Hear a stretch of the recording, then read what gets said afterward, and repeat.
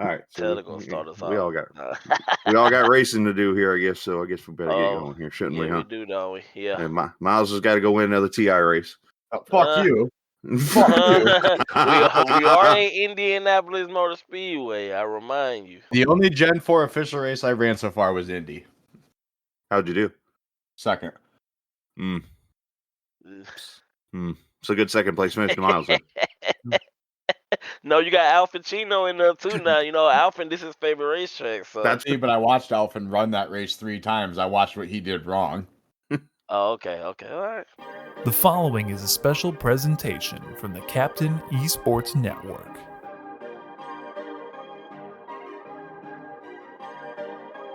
Perfect. Welcome to the podcast. Episode number 7 is here. It is the 500 win. I think I called it. What did you call the episode? I missed that part. It's in the He title called notes. it the 500 win, and there's only one person he's talking about. I only put one E in there first off, so it's not the. It can still be the, depending on what country you're in. Anyways, hey, you ever watch Monday Night Football? The Ohio State University? Yeah, there's only one E there too. Yeah. Well, first things first, it's Ohio State to start with. All right. The state of Ohio is the second part of that. Hey, Daniels, I'm going to need you to fuck off. 11 minus 12, Telder? Fucking dinner, bro. Anyways, of course, the usual three stooges, Captain, Telder, Miles, and poor Jason Dalton, who has joined us for the podcast this week, our guest, who has to put up with the three of us. And he has his own league race to run in tonight that sounds like for me you need like every piece of concentration. So drink some orange juice while we do this episode, Dalton. Yeah, it's yeah. Get the fuck out of here with your damn dad joke. Aren't you glad I did that? Oh, fuck it. Yep, I'm gonna go see myself out now. That didn't take much. Been trying to get rid of that guy for 3 years. Anyways, so all right. With that said, a lot of great news, a lot of great things to talk about. Great racing this weekend to a point. Some iRacing Daytona 500 stuff we'll discuss. Miles had two big things happen this week. And got some red light, green light stuff. And then we'll get to know Dalton a little bit and talk about some cool stuff and so on and so forth. What we do this weekend outside of the racing stuff? Telder. I actually had a pretty good. Or outside of racing stuff? Yeah, outside of racing. It's kind of cool. I think it'd be kind of cool, like if the people got to know us a little bit more. Outside of racing? What the fuck did I do all week? I mean, besides all of us hanging out in Discord, driving to the convenience store at the end of the damn block. That was about all I did, really. I raced more this week than I probably have in 2 months. Well, you spent the last 3 months trying to set up your 15 computers, so I would hope you did. No, I did a little bit of Twitch streaming. I thought about spotting for you, by the way, in your 500 Sunday night. Yeah, I could have used it. Fucking getting doored left and right. That was wild. Every time I looked up, you were like 30th a lap down. It would not matter. Third. He literally was on the lead lap and he pitted just so he'd go refill his drink and use the restroom. And win a lap down and then get a caution for a while, but we'll get to that a little bit later. Yes. No, outside of that, I worked on the backdrop for my, obviously, like when I'm streaming or whatever, like you got to have a nice background and stuff. The green screen? Yeah, pretty much, but I moved my bar, put up a wall on the bar, added all my neon signs to it, added a bottle glorifier, some stuff just to make it look more aesthetically pleasing. Nice. Took care of the wife and kid all weekend because they were both sick as shit. First time I've heard them. Never mind. At this point, it's the same fucking thing. There you go.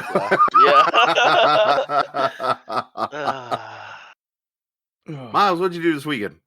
I didn't do nothing, man. I just raced and play dad and do night shift. You know, get off of here about 12, 1 o'clock, stay up to about 6, go to sleep, wake up about 10 or 11. Same thing. Responsibilities as a father and race, man. That's all I've been doing. I haven't even went outside, I don't think. Sounds about right. Yep. Yeah. I'm about to say I'm on vacation, so I got done Saturday and slept for a couple hours, and then basically I didn't even get a chance to road race this weekend, which is kind of funny. We were all talking about racing in the other chat, and I literally bought whatever that Spain road course is, not Cataluna, but the other one. Is that the one you were talking about the other night? Yeah, that one. Yeah. I bought it and I never ran a race on it. I practiced on it, never ran it. The Raskogan one, or of course I'm gonna forget the daggum name. It starts with an M. Aragon. Motorland Aragon. Okay. Cool track. I mean, I enjoyed running laps. I just ran out of time on the weekend. Wasn't that the one that me and Clark decided to impulsively buy and then never ran a race at it too? That was the one I ran the week before. That's that one's in Italy. So forget that one too. There's too many M. It started with an M. I do remember that too. Muscogan or something like that. Something like that, yeah. Anyways, no, other than that, I decided Saturday night after they had woke up from the nap and stuff, I was like, just decided last minute, hey, let's go race, I guess, Daytona Sunday. And ran the A Open and ran a C fixed.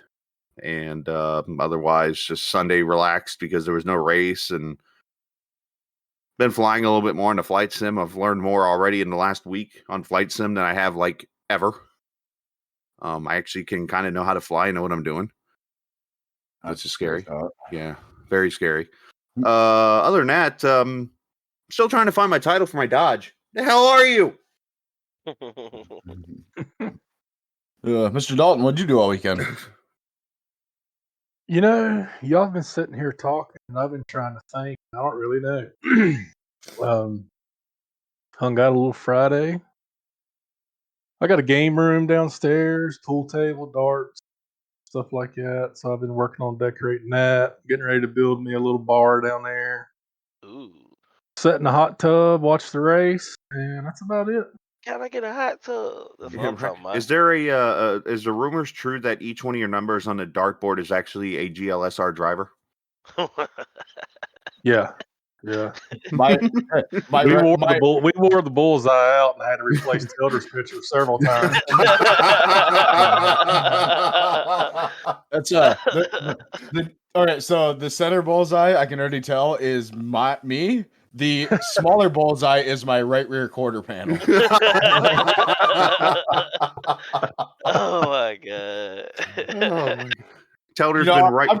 I'm convinced at this point the whole dartboard just says KJD2 Racing, and then each spot is just a different part of my car, and they all just throw darts at it and decide where they're going to hit me this week. Telder's been more right reared more in racing than Ryan Blaney has at Daytona. Wow. I think I'm only guilty of one of those, Telder.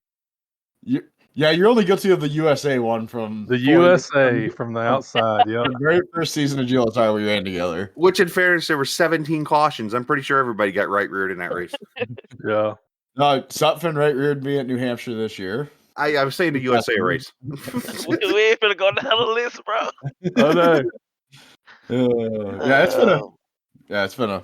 He reminds me of that movie Billy Madison, where that dude's sitting in there with the lipstick marking people off and he's got behind the couch. Oh, that's a great movie. Oh man. That Veronica, never mind. All right, so let's recap Daytona weekend. What do you say? I say it was pretty wild. I know the weather won the battle, I think, in the end, but somehow NASCAR got through it. Yeah, pretty wild weekend. Moving the Xfinity race to bumfuck late as shit on Friday night. That was a move I didn't see coming. You mean the ARCA race? No, yeah. What did I say? Xfinity, which was 10 minutes from midnight last night. So that was bumfuck as late as shit too. So, but yeah, so Gustine wins the chaotic, unless we expected any less, ARCA race. It's always the ARCA race used to be the funnest race. We'd always get the $50 ticket when I was younger to the Bud Shootout at the time. And with that ticket, you got to watch the ARCA race. And the majority of the time I was like, man, the ARCA race is going to be better than this race. So let's just sit here and watch this. And well, lo and behold, nothing's changed in the ARCA race. Yeah, well, there's a lot of money involved in it now. That's all it is. So, People I'm sure buying y'all seats. seen like clips on TikTok or whatever, but have y'all seen the comparison where the ARCA guy gets interviewed in the race compared to was it the Truck Series guy that they interviewed? Have you seen the quote from that? Yeah. I think it was a 73 car. Yeah, when he says, "I'm not lifting until I see God or a checkered flag." Yeah. And they interviewed the truck guy, and he's like, "Well, I just want to bring it home in one." Yeah, that was Nick Sanchez who was leading with like 20 to go or something like that. And he said, "Nick, yeah, top 10 here would be really good. I just want to have a solid points night. Don't really care if we win this. Obviously, we'd like to, but don't really need to." It's like, yeah, there's a difference in two series right there. One of them's Yeah. not coming back next week. The other one is. I gotta hand it to Andy J from that ARCA quote. He said he was not gonna lift till he saw God or a checkered flag, and by God, he did. He did lift, and he saw God because he caused that final wreck. He caused that final big pile up. So, I mean, as dumb as that was, the man is a man of his word. He said he wasn't gonna lift, Yep. and he sure as shit didn't. Wow. They replayed his onboard camera or whatever that they had in his car, and the RPM never even fluctuated, even with a car dead sideways in front of him. Oh boy. Yeah. I do going off of Jason's point. This could be something I bring up one day. I think we're at to bring up one day. Anybody ever notice how the audio of the drivers in the ARCA cars are always way clearer? It seems like than the Cup car or than the NASCAR cars. Like They're when you not, talk to a driver, they're not as loud. Don't have as many electronics in it. Less radio interference. Maybe that's what it is. It just seems I'm like, man, they sound crystal clear in the ARCA car. I think they run bigger antennas in ARCA too. Oh, okay. I'd But- say the biggest thing has to do with not, radio frequency and not everybody sitting there Yeah, trying that to tune that in. too, and yeah. stuff. Yeah. I could see that. That'd make sense too. But Yeah. did they look a little bit more like unstable, like this race the prior to track- any other? The track is wearing. I mean, Yeah. look at all the seams and sealer you saw on the track this year. Yeah, they a bunch of drivers mentioned the fact that this track had way more bumps and ruts in it than it did even just last season. Oh, okay. I mean, when you look at I it, guess the winter did a lot to the track. A lot of weather been coming through the side. what winter? Yeah. Well, the colder temperatures down there. How much snow you got up there, Telder? A None. lot. You didn't Exactly. get none? None. Well, right now I have none. Miles, I used. Me and my kid actually used what was left in the shade today to build a snowman. So There's 1 week of winter that we've had up here where we got snow for like an entire week straight. Otherwise, it's been dustings here and there. Rain. Been a lot of rain. We've had rain here, but I think we may have had 3 inches this year. All we've had, and it sucked. So anyway, moving on or continuing on here, SVG failed to qualify for the ARCA race, then proceeded to buy a spot in the ARCA race. How much did whoever withdrew? I don't know who it was. I saw this in there. 100K was. Oh, that guy's set for the year. Yeah, that's what they said. That's what they were talking about too in the story I read. The car that voluntarily pulled out. I don't recall what his name was, but they offered that dude $100,000 to withdraw his spot, which would give SVG the spot. The winner of the ARCA race at Daytona only won $18,500. Oh yeah, he's set for the year. That man pulled out of that race, saved all of his equipment, saved the motor, everything, saved the tire bill, saved the fuel bill, and made more than probably the ARCA Series champion is going to make this year. That's crazy. But no, right? didn't last too long. 4 laps. 4 laps. Oh, hey. But of course he got ARCA braked, so not really his. He slowed up and did exactly what he was supposed to, and then got ran over from behind. Then obviously the truck race that happened right before that, Nick Sanchez, the driver we were just talking about being not caring if he won, he just wanted a good finish. He won that very caution-filled C-fixed race. And was involved in like the first wreck, I think, at lap 6. Yeah, they had more caution laps than they did green flag laps, and it was a 100-lap race. There was what, 10 cautions, 12 cautions? 12 cautions, yeah. Was it 12? So yeah, that race was, arguably almost worse than the ARCA race was at that point. Well, according to Tony Breininger, it was. Yeah. Or no, she thought it was That was- better. okay, She that said was- at least those guys weren't crossing over people's Yeah. noses without being told, or Yeah, whatever. we'll get into that topic a little bit later in red light, green light. But so yeah, and then Saturday obviously Xfinity race gets canceled due to torrential downpours. Moved to Monday night after the Cup race. And Austin Hill wins his third consecutive Xfinity race in Daytona in February. So that's we just have that talk with what's his name? I feel bad. I'm drawing a blank about on his Brian name. Macklin. It's okay. He's Brian Macklin for Sim 500. Yeah, they were just talking about how hard it was to win 3 of anything in a row, and this dude just won 3 season openers at Daytona in the Xfinity Series in a row. I ever tell you about that time I almost spotted him a win in iRacing at Talladega? Did not. And the guy spun him out coming out of turn 4, and it's like, oh, there went that.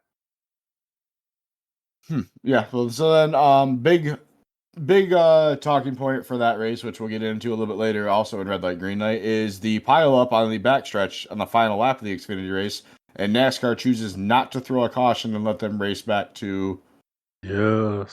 the start think finish line. I have a theory behind that.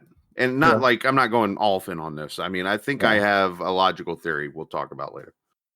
Then the Daytona 500 was honestly the calmest race I can remember seeing.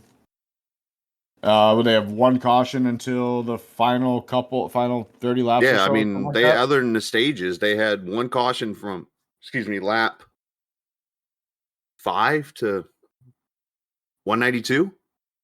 Yeah, it was just crazy race outside of the stage breaks. But yeah, Chase Elliott ends up winning stage 1 there. Ryan Blaney wins a caution-free stage 2. Stage 3, obviously, we just talked about, went caution-free up until lap 192. And where a little bit of aggressive pushing with 8 laps to go turns into a big one involving, I think it was one car less than half the field, I believe is what it was. Pretty close. I know 9 were out of the race when it was over with, but Bowman got into Byron hooked Brad Kay, and yeah, then Carnage. chaos ensued. Took out a lot of big names involved in that. Denny Hamlin taken out. The lap leader Joey Logano was crashed. Brad Kay on a wrecker. A bunch of other guys involved, a little bit of damage. I know Priest was in there, stuff like that. Mm-hmm. Then we fast forward to they get back going. The red flag get back going green. And then coming as they are taking the white flag, Chastain and Cindric with a couple aggressive moves ended up spinning each other or wrecking each other through the grass. And who you putting that one on? According to Cindric, it's on Corey LaJoy, which I don't get. Yes, I don't get it either. And I seen the interview about Corey LaJoy and his aggressive moves there to end, but I don't see it at all. Yeah, well, that's actually another red light, green light topic. It we'll is. discuss a little bit later. So, In fairness, Dalton doesn't have the topics. Yeah. That's fair, but so he'll get to play red light, green light with us. So, but yeah, then they throw the caution after they've already taken the white flag, and a little bit of controversy going on there after what happened in the Xfinity race versus this race. But we'll debate that, a little bit later too. And in other NASCAR news, I did not see this, Skala. So what is Kyle Busch doing? Well, according to the JSki website and some tweets I saw today, Kyle Busch is going to run the Spire 7 truck, the one LaJoy ran Friday night. He's going to run that truck at 5 races starting this weekend in Atlanta. And he's going to run his home track at Vegas, Bristol, Texas, and Darlington. And I think he's got Group 1001 on his truck this weekend. See, I find it interesting because we all thought it was very weird when he sold KBM, right? Mm-hmm. But he said before in the past he wants a place for Brexton where him and Brexton can race together when he's of age. Do you think part of this now that you see that Busch is going to run for Spire, for these races in that quote unquote all-star truck? Do we think that was part of the settlement for them selling Spire their KBM? Is that when that kid comes of age, that's where he's going? Oh, I'm sure there's something to it. I mean, basically what happens now is Kyle and Samantha don't have to worry about the checkbooks and all the other things. So it's like all this is their stuff now. They can just show up shake hands with all the people they used to manage, and now let's just go run a race and not have to worry about everything else. But then having a place where he can come back and him and Braxton can race run. together. Mm-hmm. Yeah, I think so. So anybody else got any other NASCAR news before we recap some iRacing stuff for the week? Guess not. Nobody? I will say that the No? 500, though, going back to that real quick, I think NASCAR needed that finish. Needed not necessarily the controversy, but the calmness of it. Because, and I say calmness, it wasn't that calm, but the last two 500s have gone, what? The last year was 530 miles. The previous one, like 515. And then the year before that, Newman gets in that wreck. It's like they needed this calm finish to almost balance out the mayhem. Because we even said last week, we knew, and even before stage 3, I remember I think Casey Carrington was in the channel with me, and we were watching the race, and I'm like, all hell's about to break loose in stage 3. Because that's the way it always goes, and it never did. Until I agree with them needing a calm finish, obviously, but like as somebody who's watched NASCAR for, the betterment of 25 years, it like the racing though is just, I don't care if they don't wreck at all. I do not care. They can go flag to flag, but I want to see action this whole time. That race honestly was boring as shit. That's fair. Well, and I think part of that goes to the first stage, and I've heard 4 drivers now say something about it, and now I'm thinking it too. It's like, I understand that fuel is big now in racing, but is it necessary for us to slow down a third or a quarter of the speed that we should be running in these cars just to save fuel and run a procession line for 30 laps straight? Exactly. That's what they need to get rid of. And Daniels is going to have a field day at this. They need to get rid of stage racing. They really do. It is absolutely killing this sport. Especially Now, they got rid of the stage breaks at road courses. How much better did road courses get when they did that? What's funny is I remember the 2 races last year. Watkins going to Indianapolis only had 1 caution apiece. And I remember, I think people were like, maybe this wasn't a good idea. I thought it was a much more enjoyable race at that point. Maybe, yeah, with the strategies and stuff. Now, on this, here's what I'm thinking sometimes when I'm watching a race. In my head, I start to think, okay, 200-lap race, 65, 65, 70. So you probably have people thinking, you know what, the race is going to flow quicker because you got a 65-lap race, basically, another 65-lap race, and then a 70-lap race. So the stage ends, all of a sudden, whoa, that was 65 laps. That was quick. Kind of almost playing tricks on the brain, if you will. If you're going to do that, I'd rather see a stage break at 20, 40, and that's it. Then race 160 to the end. I'm more the other way. Why not go like 80, 160, and then run 40 at the end? I think with doing that, though, is with a shorter final stage and a restart like that, you're going to end up like the truck race or ARCA race at that What point. everybody wants. See, yeah, I mean, a lot of people that just are there for the crashes at plate races, yeah. But like any fan is going to want, you know, more what I said at that point. I agree. I agree with that. What do you think, Dalton? But take out the stages, by the way. What do you guys think about that? I got mixed reviews on. I can see what you're saying about taking the stages out and bringing more strategy into it. I could actually see what Skala's saying about making it shorter at the end, where it's more of an all-out run. I don't know. I got mixed feelings about it. What do you think, Mouse? Take the stages out, bro. Yeah, that's my man. But that's I my mean, man right there. for me, I've been watching racing for so long, since 2000. I think I've been watching 2000. Every practice, every qualifying, every race. And then as soon as they put stages in there, it just really it wasn't the same. It was a whole different way of racing, which that's what they wanted. You know, they wanted to do something different. That's the only reason most of the changes come is because they trying to get a new higher rating or something like that, and sometimes it backfire. And I think plenty of people would like that, to just go back to just Let's race. What if it was just one stage? In other words, a lot of these times they go to the track and they don't really get the practice like they used to. Obviously, cars and setups and different things. What if the first 20% of the race was one stage?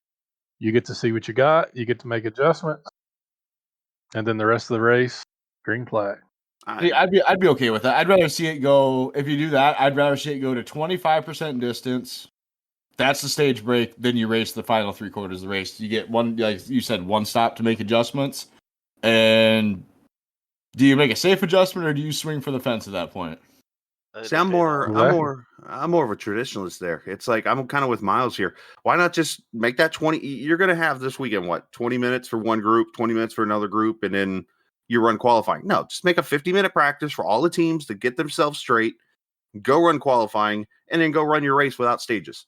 See, I forgot Yeah, that too. I forgot all about that. What Jason just said.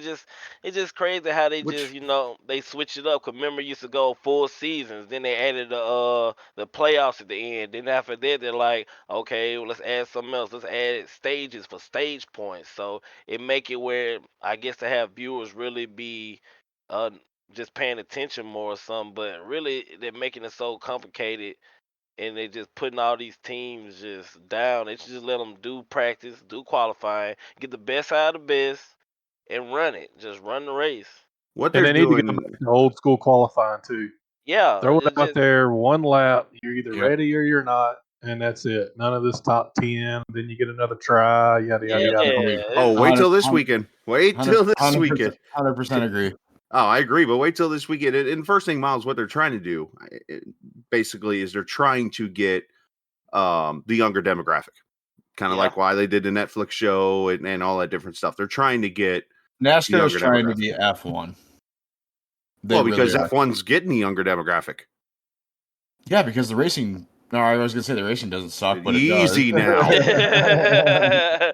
I'm saying, but it's just I don't know, man. I'm just old school. That's what it comes down to. Is they're trying to get the younger demographic. F1 found a way to do it, so NASCAR is trying to go that way. I don't blame them for that. It's a copycat world, but they've got to find a way to. And one of the ways you have to do it, I think, is you have to.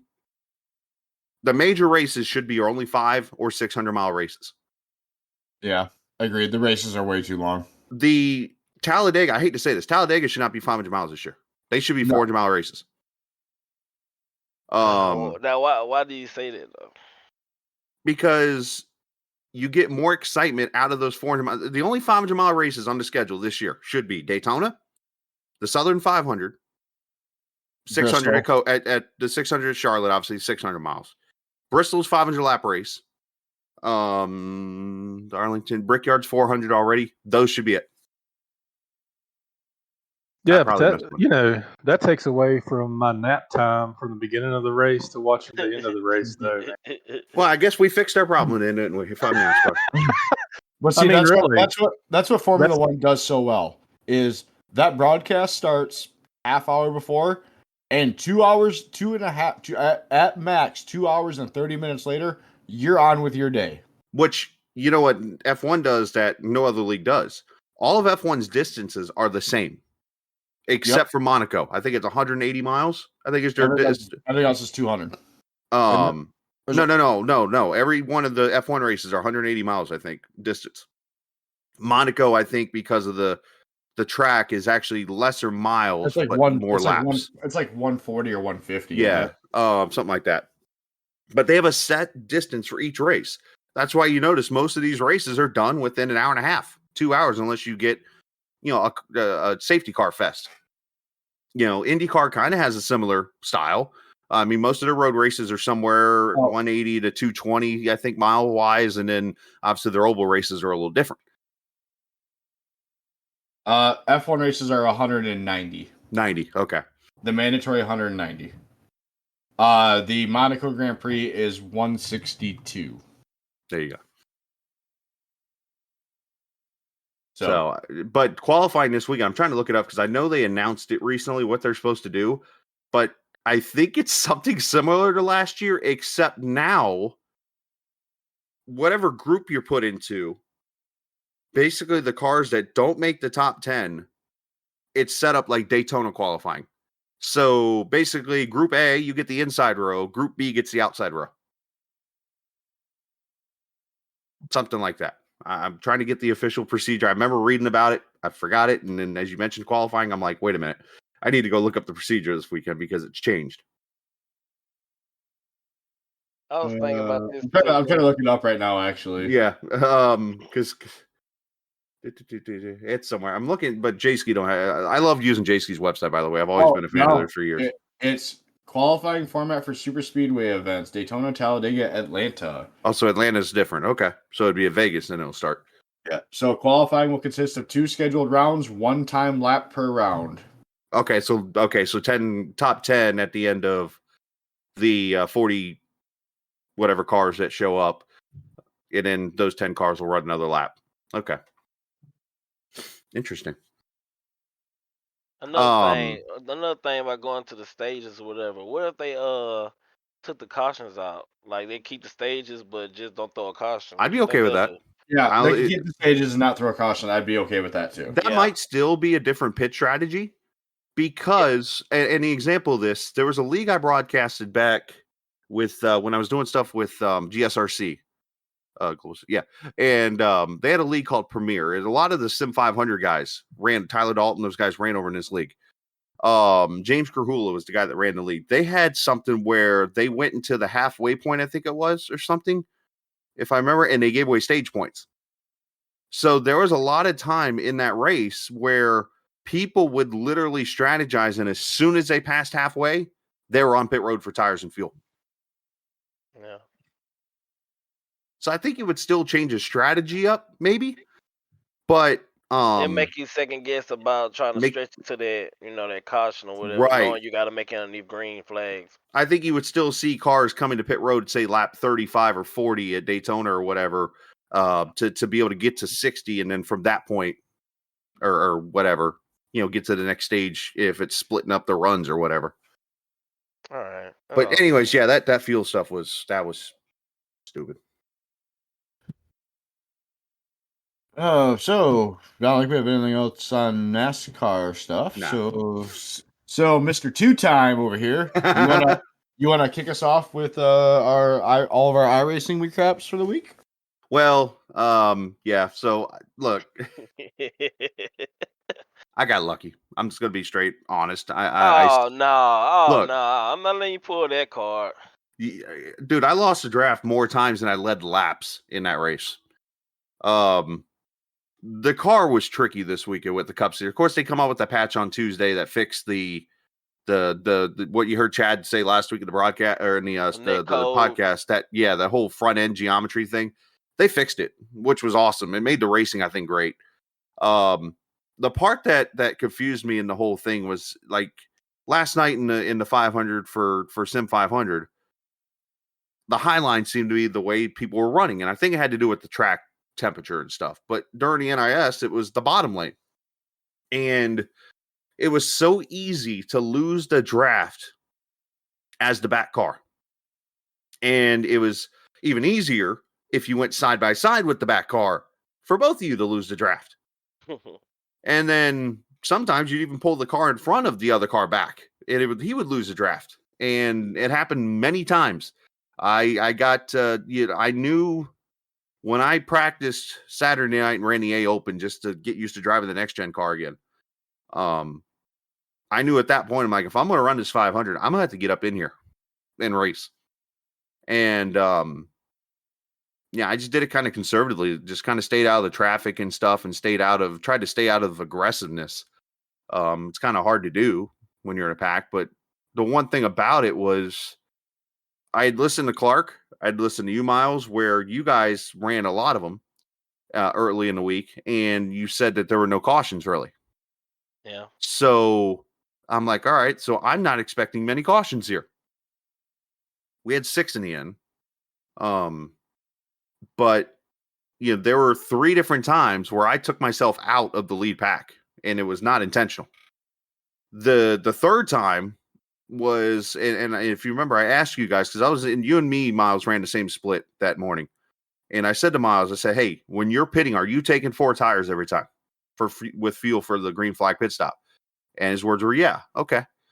So as we come to pit road for the final green flag stop, it was somewhere around, I think it was like 30 to 35 laps to go. And I had the auto fuel selected because it was like, all right, let me select it, give me 2 bonus laps and go from there. And it had like 13 and a half gallons or something like that needed to get to the finish. And I said to myself, all right, 13 and a half, that's 2 cans. I'm sorry, it was about 16 and a half. 2 cans with tires, I should be able to finish this stop about the same amount of time together. We all come to pit road and they blow my doors off out of pit road. And I'm like, they took 2 tires. I know they, and I was beating myself up for a while. And got the caution and found a way to miss 2 wrecks. I don't know how, but I found a way to miss 2 wrecks and found myself in third with, what was it, like 8 laps to go. And took the lead. And I actually, as I'm trying to remember all this in my head now, I took the lead with 5 to go. Coming to the final lap, there was contact. I knew there was one car, the 8 car in the race was damaged. So I remember he was getting pushed topside. So I went up to block him. He pushed me on. And they ended, and it was one of those things where if I go to the bottom, they probably go around me on the top side. If I go to the top, they're probably going to cross me over. I did the latter. They crossed me over, got to the bottom. Well, somehow somebody got hooked. And it ended up being me and one other car. And 2 other cars caught back up by the time we come out of turn 4. And by that time, I was ahead and was able to just drive straight to the line to win it. Which I never thought. Like, if you'd asked me on Tuesday, there would have been no, like, no, I'm not running the race. Because I knew, like, work schedule, the way broadcasts are and stuff, that there's no way.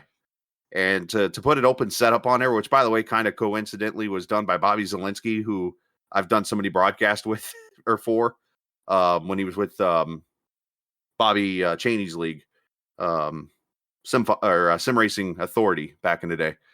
That for him to have that setup done for VRS and me to take that to victory lane in that race, it was kind of a cool moment. And but it was just like, I shouldn't be here right now. And I still feel that way. I'm like, I should not even been running that race. And somehow luck played a lot. That's all I'm going to say. Luck played a lot. Good job.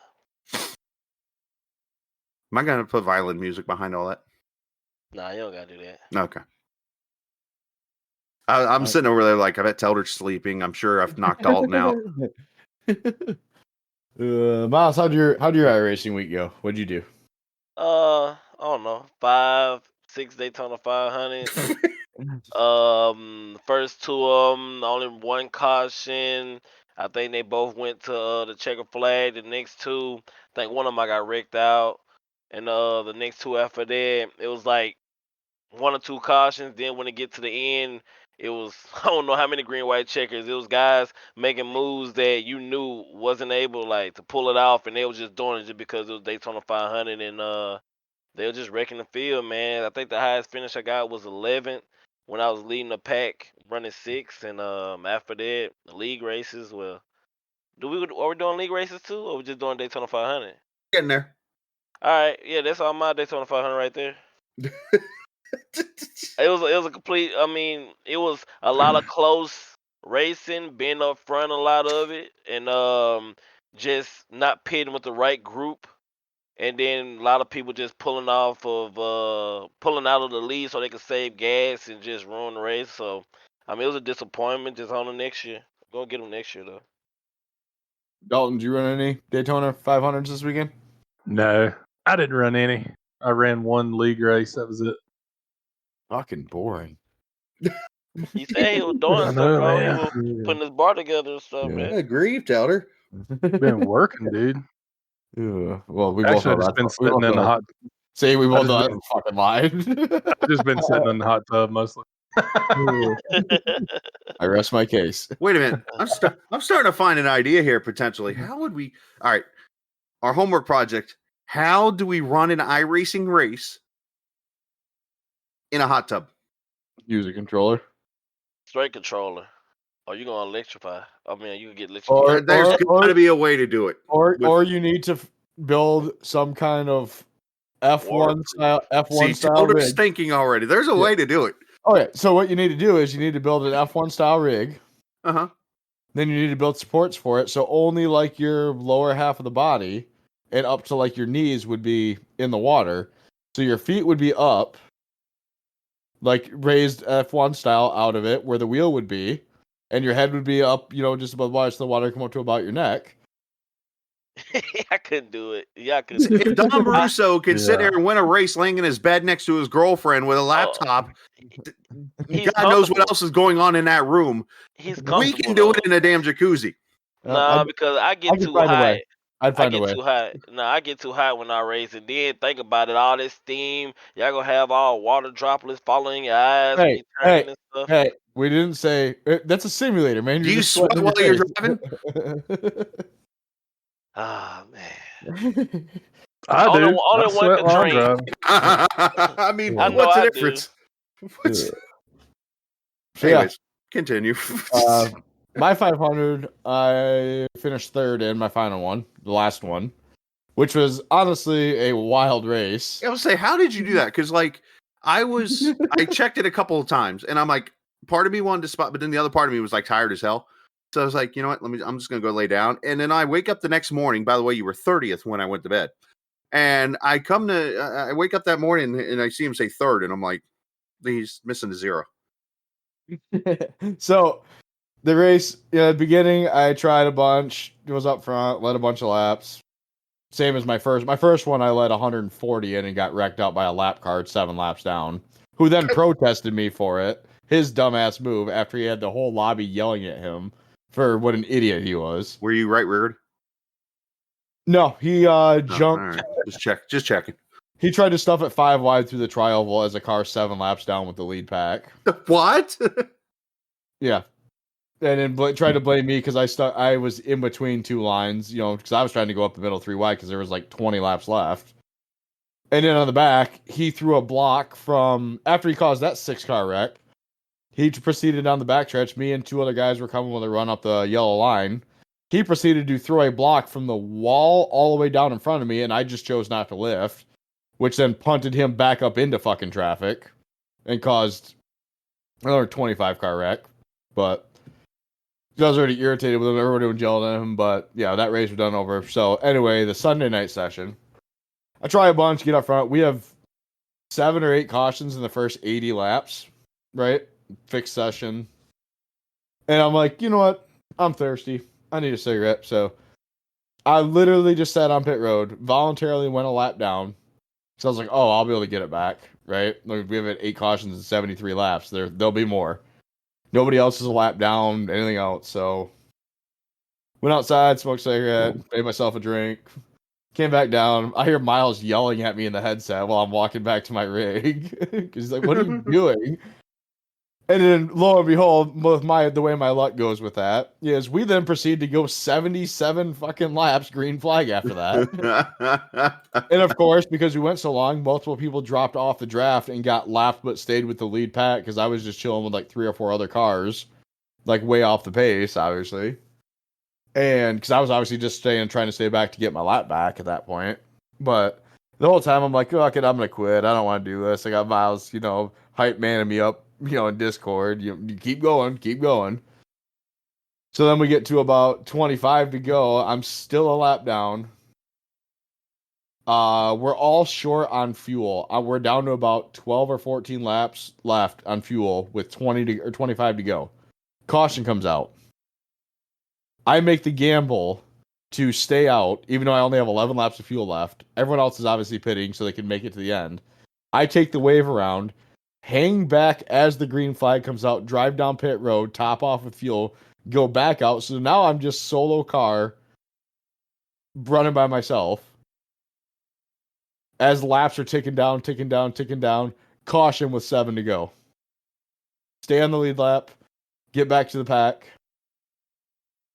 and start driving through the field towards the end of it. And I even told Miles and Clark, I was like, "Yep, I'm not even gonna try and win this race. I'm just literally gonna stay on this line or whatever line I'm in.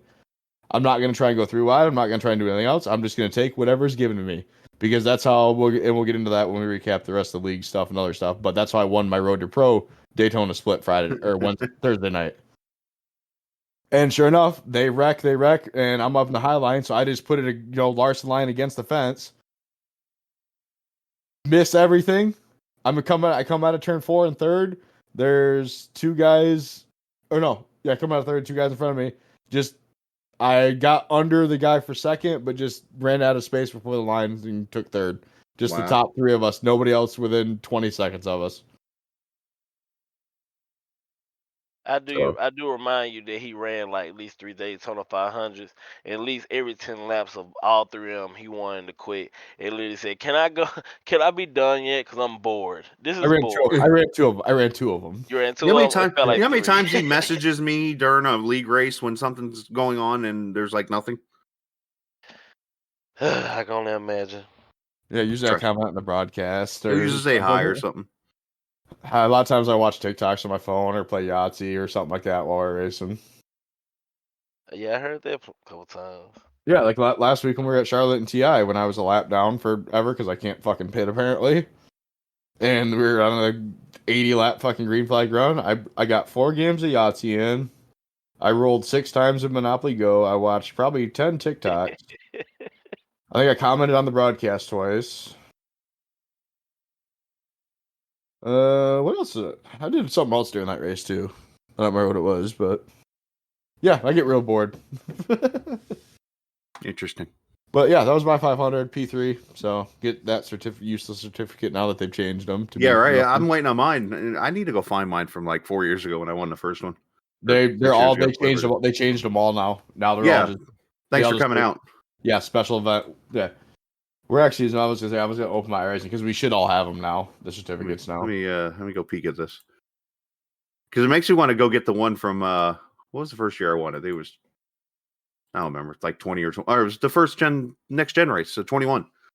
So I should have one there. I would think somewhere. But anyways, I forget. No, they started coming out with them in 2021 or so, I believe, or it was 2022 because I won. Of course, I won that Snowball Derby special event. The Daytona after that was when they first started doing the certificates. Where would I find it?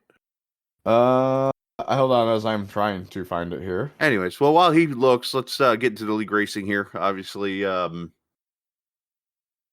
Miles had a pretty big week, and obviously, Monday welcomes in baby Boston, or if you're from Boston. And then Tuesday night, as the old DW quote was, you can have a baby, you win the next race, you run. Tuesday night he goes and wins at Charlotte, and ended up being a lot closer than you wanted to. And had a long green flag run in that race, but Mr. Carrington, as he put it, he and his teammate had a little bit of a what's a good way to censor this? Who is bigger contest? Well, who won? Carrington ended up spinning him out. So you tell me how that worked. Oh man! But no, they end up so Carrington gets loose on the bottom at 4, spins out Dylan, and then I think Carrington made another mistake after that, and you had to hold off a pretty hard charge from your buddy AB and Ethier there. Yeah, them boys fast, man. I don't know. I don't know what to do, man. Just those guys are just fast every week. Alphin too. Alphin was up there too. And it's just that track and this over refresh and just all these new variables coming into play, man. It's making it exciting. I'm glad Lewis upped it on the fuel a little bit to give us some long green flag runs, and even he was up there fighting for the top 5. So we'll see what to come from that. Yeah, no, I thought it was some good racing from you guys. I mean, I thought, no offense, Dalton, I thought Bryson was going to run the top side on you and hear that call. And he even said he thought about it, but then he got tight apparently or something. That's where he told me he was thinking about it. And like I said, 1 and 2, I was just going to go up there with him. And 3 and 4, he could have it. I'm gonna stick to the bottom for 3 and 4. Oh man. But yeah, you did your part there, getting another win, adding on to that TI win total that man, unless you get somebody really good in there, it's not gonna touch for a while. So congrats on that. Then you show up. See, there was Wednesday night they had a GLSR ran GT3s at Pocono. Oh yeah, that was fun to watch.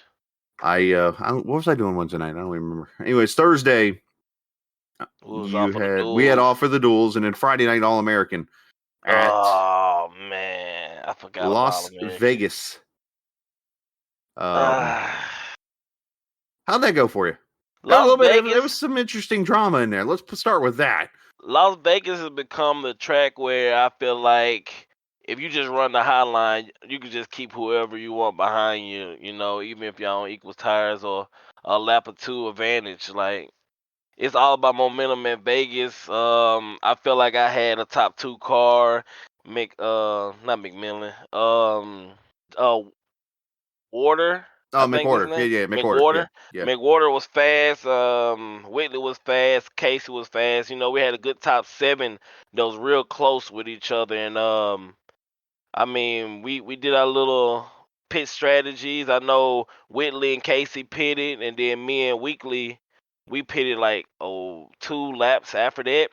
So it was like little races in the middle of one race. And so they short pitted again the last stint to run the last fuel run, and we could have stayed out and ran it to like 5 laps to go, but we decided to pit it with like 20 laps to go. And right when I pull on the dang on pit road, man, the caution comes out while I'm leading, and basically was all trapped a lap down, had to get the wave around, and I go from first to 25th. Mm-hmm. And that was with 15 to go, and that's when a couple cautions happened and restart mishaps, and I was lucky enough to drive it up to 11th or 10th. I think it was 10th. I don't know. It was one or the other. I try not to remember because those races like that, man, they suck, man. They hurt your feelings bad. They hurt your pride bad, man. Just knowing what type of car and how the track was progressing, my car was getting a little bit better and better. I was getting more comfortable with it, and at the end, I felt like I made the move to really run down the leaders because we ran them down from 6 seconds to 2. Right. That's why they short pitted. So, I wish whoever wrecked on pit road entry or whatever, I wish that didn't happen. But, it comes like that. I won races like that, and I lost races like that. So, hey, charges to the game. Absolutely. And, it's the way it works sometimes. But, I mean, yeah, there was some interesting drama there at the end. And then McWhorter obviously took advantage and won that race, which crazy finish in the end because you thought it was going to come down to Whitley versus Carrington again. They seem to be the two guys, but then once again you see McWhorter kind of find himself in the right spot to take advantage of that win, but had some cautions in that race, and unfortunately. And it was one of the races where I was kind of worried. I peeked over at the time a couple times because we've still never this is now the 3rd season that 4th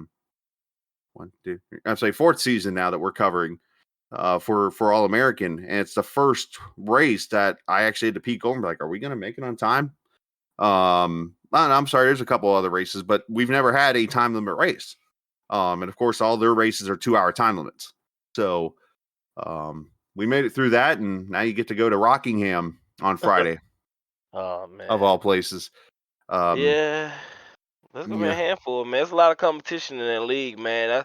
I still say it's one of the best Gen 4 car leagues out there, bro. To have where 36 to 43 people make it every race, so they got to qualify in, and you can run like you expect to have cautions, but right there at the end of there, I mean, everybody that was in contention was basically a lap down, so they pretty much wanted to get back where they was the whole race. So that's all that was. But we'll see how Rockingham go. Yeah, should be interesting. That'll be on Friday at the Rock, and then you go to Bristol from there. So tracks get smaller and smaller and smaller. Oh, that means tell them might get that win. The shorter tracks. Tell to dominate on those. He's pretty good at those. Rockingham, I know he's got an all-star winning. You're welcome. And you had to do that with Dalton here. Only because I race clean, boys. There's so much. In all fairness, Dalton really could have punted me to win that race. Dude, I totally yeah, that was one of those races where I think it was I don't even remember how it came up, but I remember it was like I had to come up with like the rules, and I totally could have done a better job of it. But it was a fun night. Anyways, yeah, the random invert that we were all slamming on our brakes at the start finish line to hit the invert. Oh, speaking of that, actually, not to jump off topic here. Oh, you're fine. I'm setting up a race session right now. So, but Skala, you will find this greatly interesting because we always talk about watching real life four bangers on TV and stuff like that. yes. So at New Smyrna for the World Series of Asphalt that happened last week or the week before that, at the end of the night, they run bombers, which is the 4-cylinder class. Mm-hmm. This was by far the craziest thing I've ever watched. One of them. So the 4-cylinder race, they take off. They have to run their laps at 24,000 or above. If you dip below that 24 even mark, you get a speeding penalty. Whoa! You get a speeding ticket. It's called a speeding ticket, and you have to do a pass-through on pit road.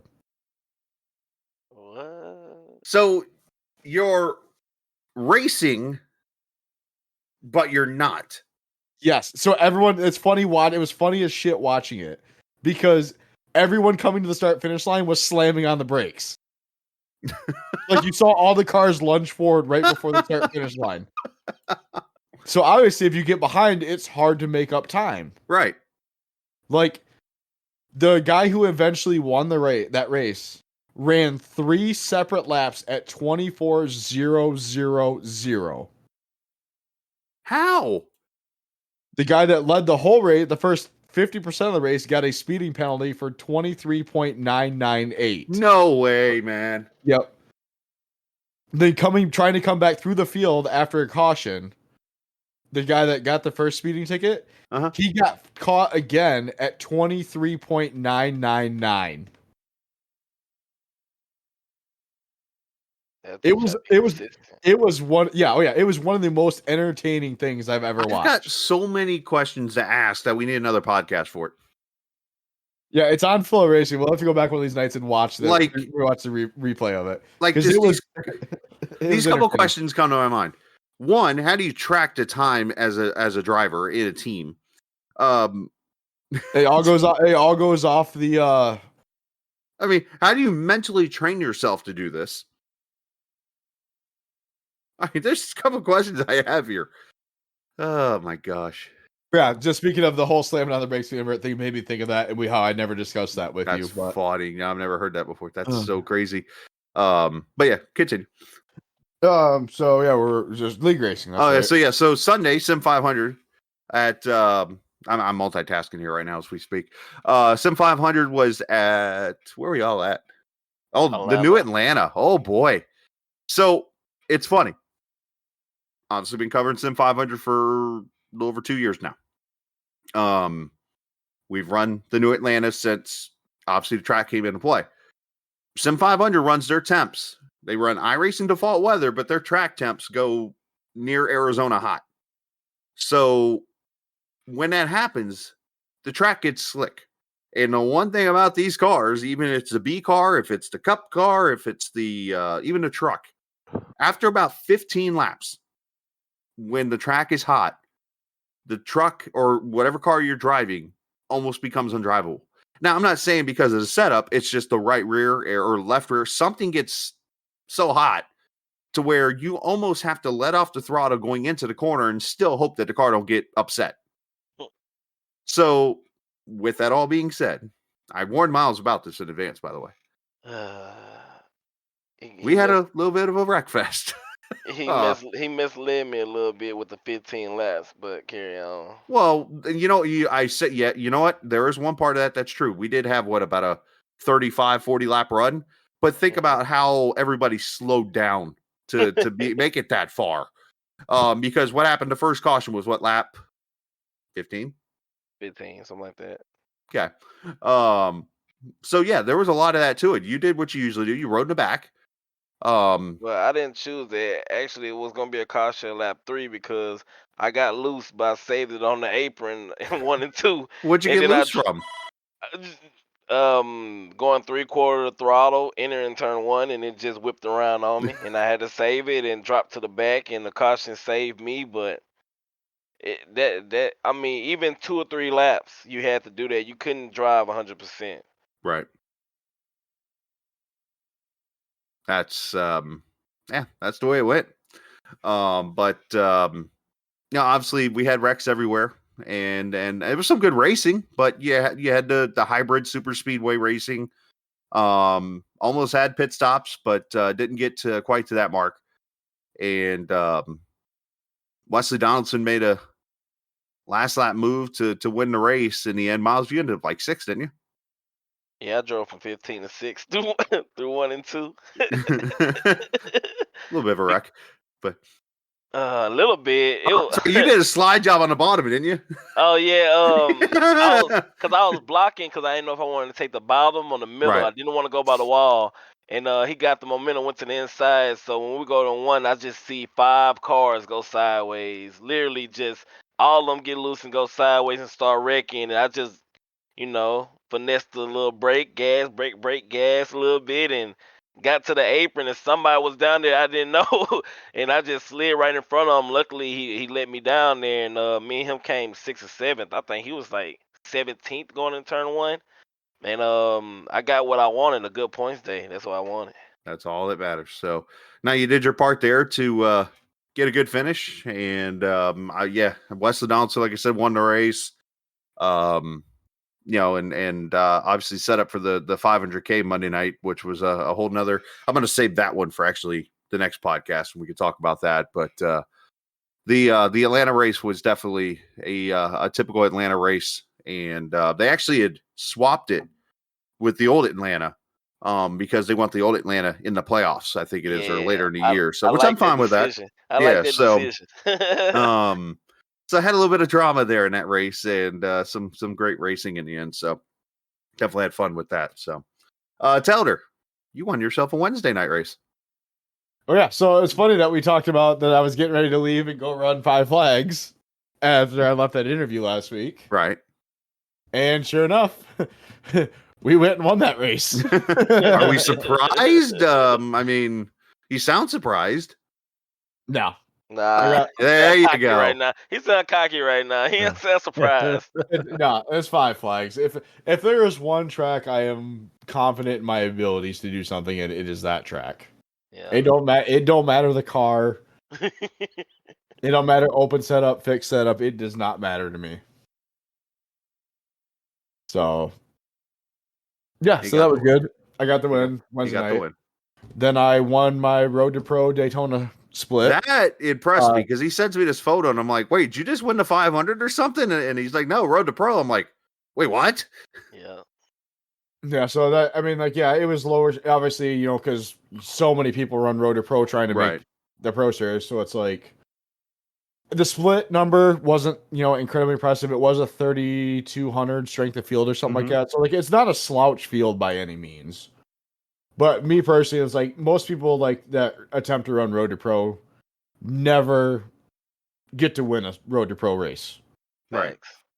So like for me, that was arguably one of the biggest wins I've ever had in iRacing that I genuinely felt good about at the end of it. Like more excited stuff like that. Like I yelled and shit from my rig. I woke my girlfriend up and everything, and she did. She was like, "What are you fucking down here yelling about?"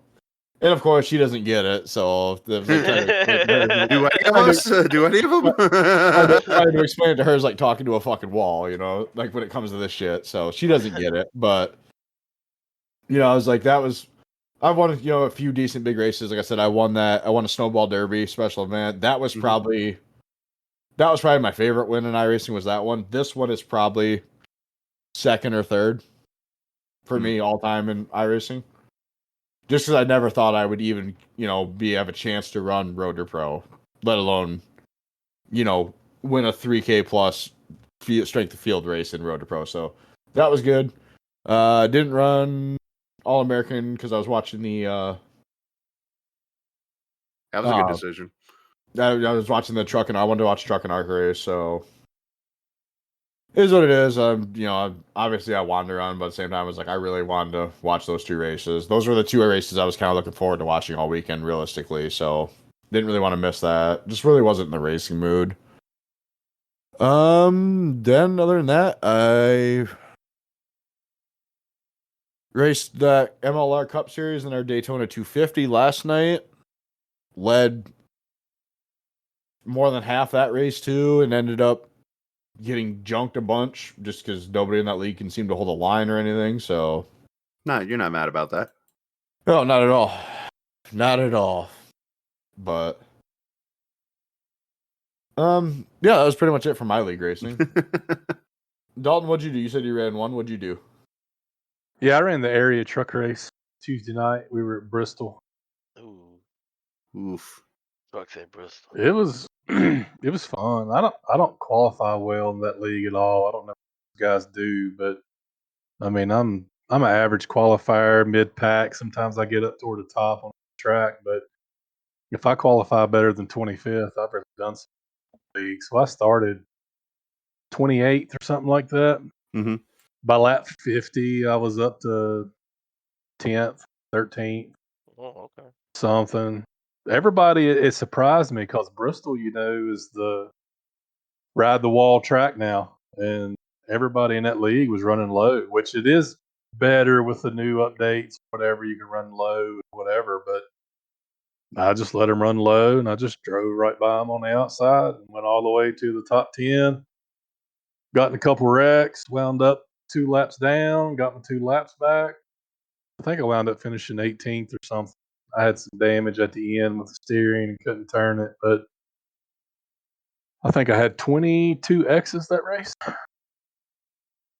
No, So, no. yeah. Normal. So that was about it. I mean, that's the only league race I did. And I raced in there with Fontaine and Peachin from GLSR. Yeah, I'm Sam watching did the good. podcast. Yeah. It was just, that league, man, it's just cutthroat. It's the toughest league by far I've been in. I want to keep racing it because I love a challenge. I hate not being good enough to, be a top 10, top 15 driver. Right. But at the same time, I just get pissed off, man. And them guys are just cutthroat.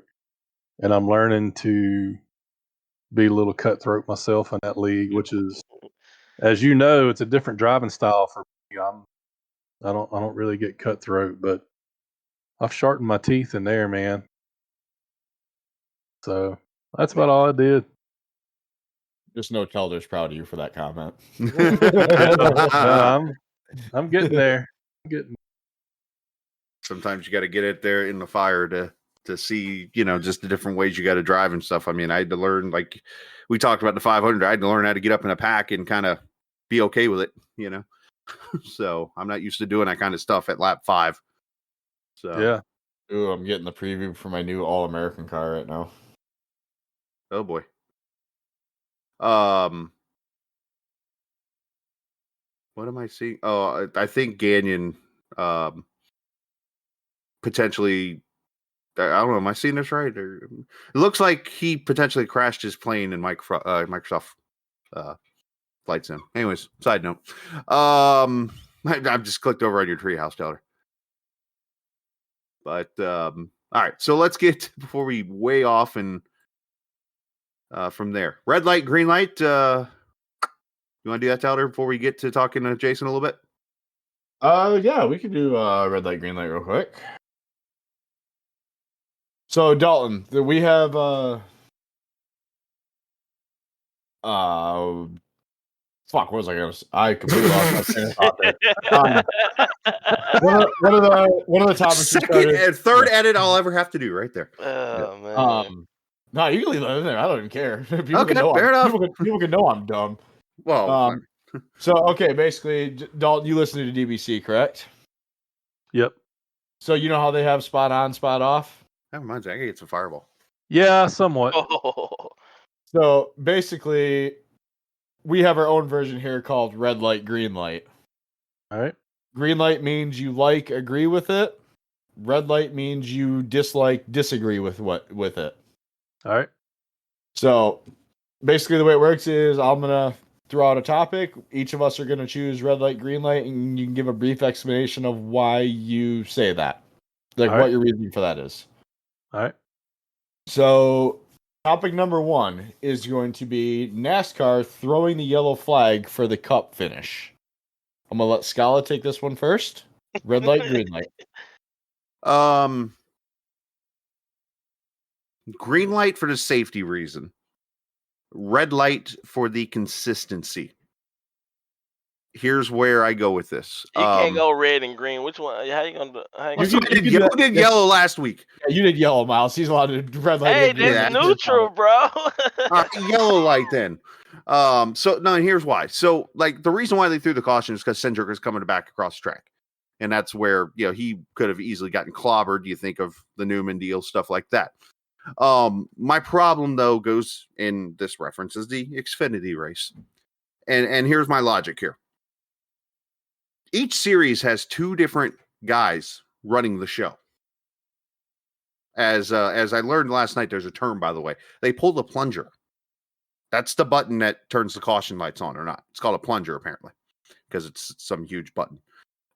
So you had the Cup Series race director, who I still, to this point, I know they had a guy they named last year at the 500, but I don't know if it's the same guy or if it's a different guy each week or what it is.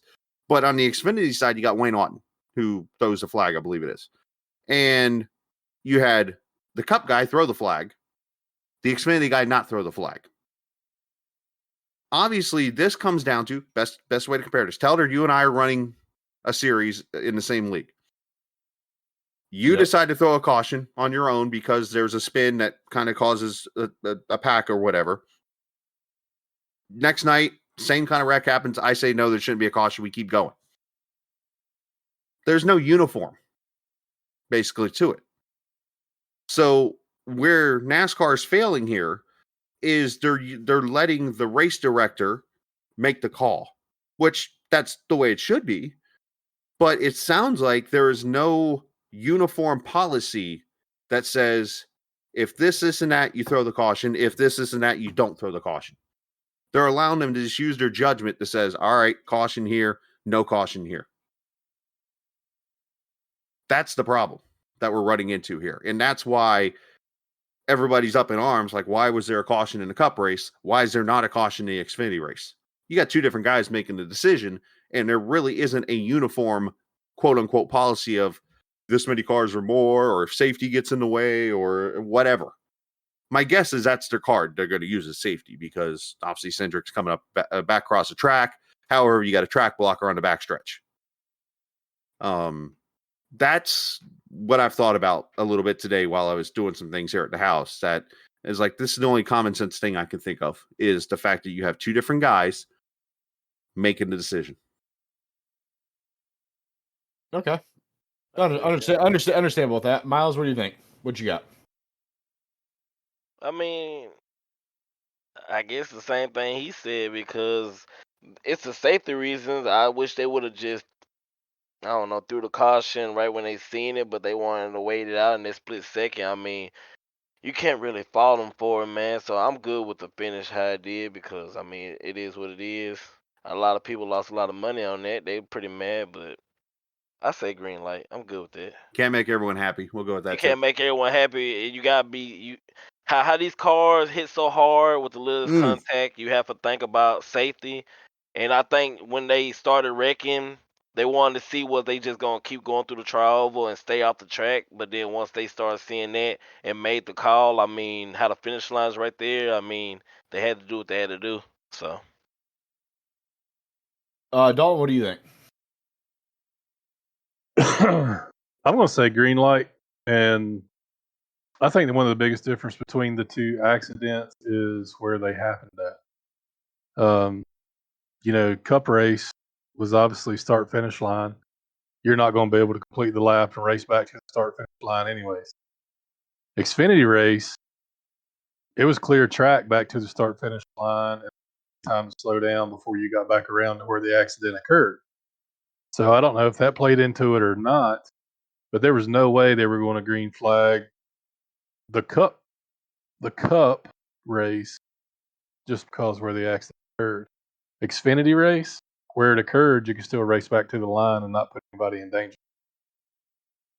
Okay, that's And fair. if they and put it like this, if they would have waited 2 seconds later to throw the caution just to see again, then William would have probably won that race. It would probably been Bowman. Then it would have been underneath more scrutiny about why they didn't throw it a little bit sooner or whatever. So it is what it is. If I can add this to it real quickly, Absolutely. Go ahead. the Xfinity race was pretty much determined when that wreck happened. I mean, Sheldon did lift a little bit on the backstretch. You can see where he kind of lifts for a split second and it allows Austin to get away a little bit more. But if anything, you could have thrown the caution there and gotten away with it because you're like, Austin's got this race won. Yeah. The Cup race wasn't decided. Yeah. And Telder, I'm going to throw some breaking news at you. I just see here. What you got? It's about an hour ago. This was retweeted by Pete Pistoni of MRN and SiriusXM. MAV TV to broadcast ASA All-Star National Tour events. Well, that doesn't help you out because MAV TV is just as expensive as fucking Racing Well, America. they're actually on cable, though. I believe MAV is. They're so on YouTube. They're on YouTube TV. Oh, okay. Yeah, so just but for those they're who like to... with the sports pack add-on to YouTube TV. $10 a month. $10 a month to add it to your thing. 10 race ASA Star broadcast tape delayed basis. Starting with the new Smyrna race. That was, well, I won't spoil it now. Well, what's the tape delay though? Is it a day? Is it 20 minutes? Like what is? Well, first off, it's MAV TV. They'll air it like 10 times. So yeah, but still though, if you want to watch it live or whatever, like how delayed is the tape? Yeah, no kidding. Right? All right, continue. But yeah, so for me, I'm going to, which actually you guys kind of both, because we brought up the Xfinity race, that was going to be topic number 2, was they don't throw the yellow for that. So you guys combine the both of them. So as far as what would have been topic 1, NASCAR throwing the yellow flag, I am red light for this. I did not like it. If they were going to do it, that wreck happened before the start finish line. They could have thrown it before they took the white flag. Guy up top has a button that instantly turns the track lights yellow. Plunger. But, and at that point, like, if you're gonna, like, at that point, like Jason's point, to let them, the Xfinity race, you could race back to, the start finish line, whatever. It was clear. If that happened right there at the start finish line, it was only 2 cars, obviously, as we saw. Why not let them race it out until you get to a point where you're like, okay, yep, there's still a car here, or the car stops or something like that, to where they deem at that point it's not safe. Like let them get to the backstretch or the entry of turn 3 or something like that, and like okay, if both cars are kind of rolling away or whatever, then let them go back to those days. Race back to the flag.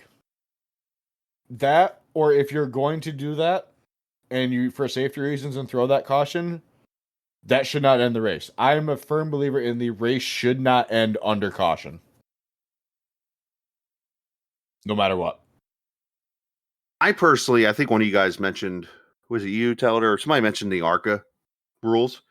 They don't finish under caution at all. Like, they will go until somebody takes the checkered flag under green. Yeah, and I believe that's honestly, like, you can keep the overtime where it's a green-white checker or whatever. If you already have unlimited attempts anyway, why not make the race a race? Here's the only problem I have with that. I don't remember the year. I want to say it was somewhere 2008, 9, somewhere. It was a year at Gateway. A truck race ended up having 11, I think it was 9, 10, 11 restarts in a green-white checker. Which became why NASCAR went to we're just going to do this 3 times. And that's it. I think that's part of the reasoning behind it is we do not need to have, again, the Daytona 500 turned into the Daytona 570 or whatever.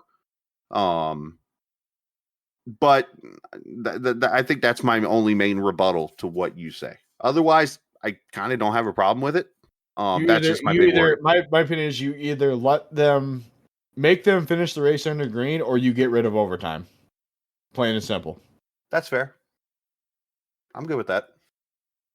You either make them finish under green. If you're gonna do the overtime, make it fucking overtime and decide a winner.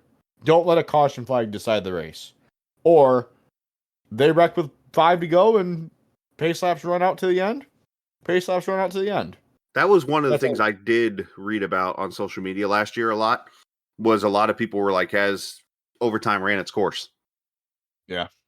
I think it if you're gonna risk junking that many more cars, for overtime, then let the race play itself out. Right. Especially at a track like Daytona or Talladega or something like that, where most of those winning moves are made coming out of turn 4. Right. Like everyone that's watched that race, they sat through that entire boring ass NASCAR race yesterday, waiting for the end of that race, and got robbed of that. You know how many new fans after watching that Netflix thing probably watched that and went, "Oh, that's how this race ended." Oh, all the boy. hype, all the hype about this race, and that's how it ended. Brandon, get off your stool.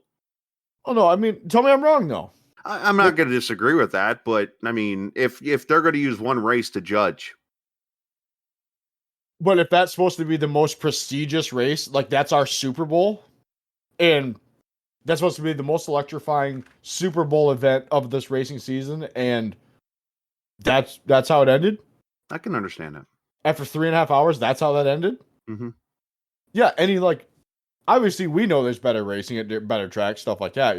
We all know that as fans. But anybody new coming in, they're like, "Oh, I'll give NASCAR a shot." Right. After watching this Netflix, and then sit around for 3.5 hours with it, which was a boring ass race, to turn around and have that ending happen. Yeah, no, that's wrong, and for them to do that like Right. that. I can understand that. All right, so since we obviously compared topics 1 and 2, kind of combine those or whatever, which by the way, I am green light for them not throwing the yellow flag in the Xfinity race. Let them race back to the flag for Dalton's exact reason. Track is clear. Let them go. Mm-hmm. I'm going to leave it at that and move on. That's fair. 100% agree with what they did in the Xfinity race. The next topic is the all 3 series to Premier Series start out this year back-to-back super speedway races. Jason Dalton, red light or green light? Red light. I just think it's too much. I mean, like you said, Daytona was boring. Atlanta's going to be boring. I don't like back-to-back same style tracks, any league series whatsoever. So I'm going to red light that. Okay. That's perfect, short, sweet, simple, and to the point. I think I'm going to red light it also. I think I know the way that they put the schedule together sometimes is I believe the tracks purchase or whatever their spot, I think, on the schedule.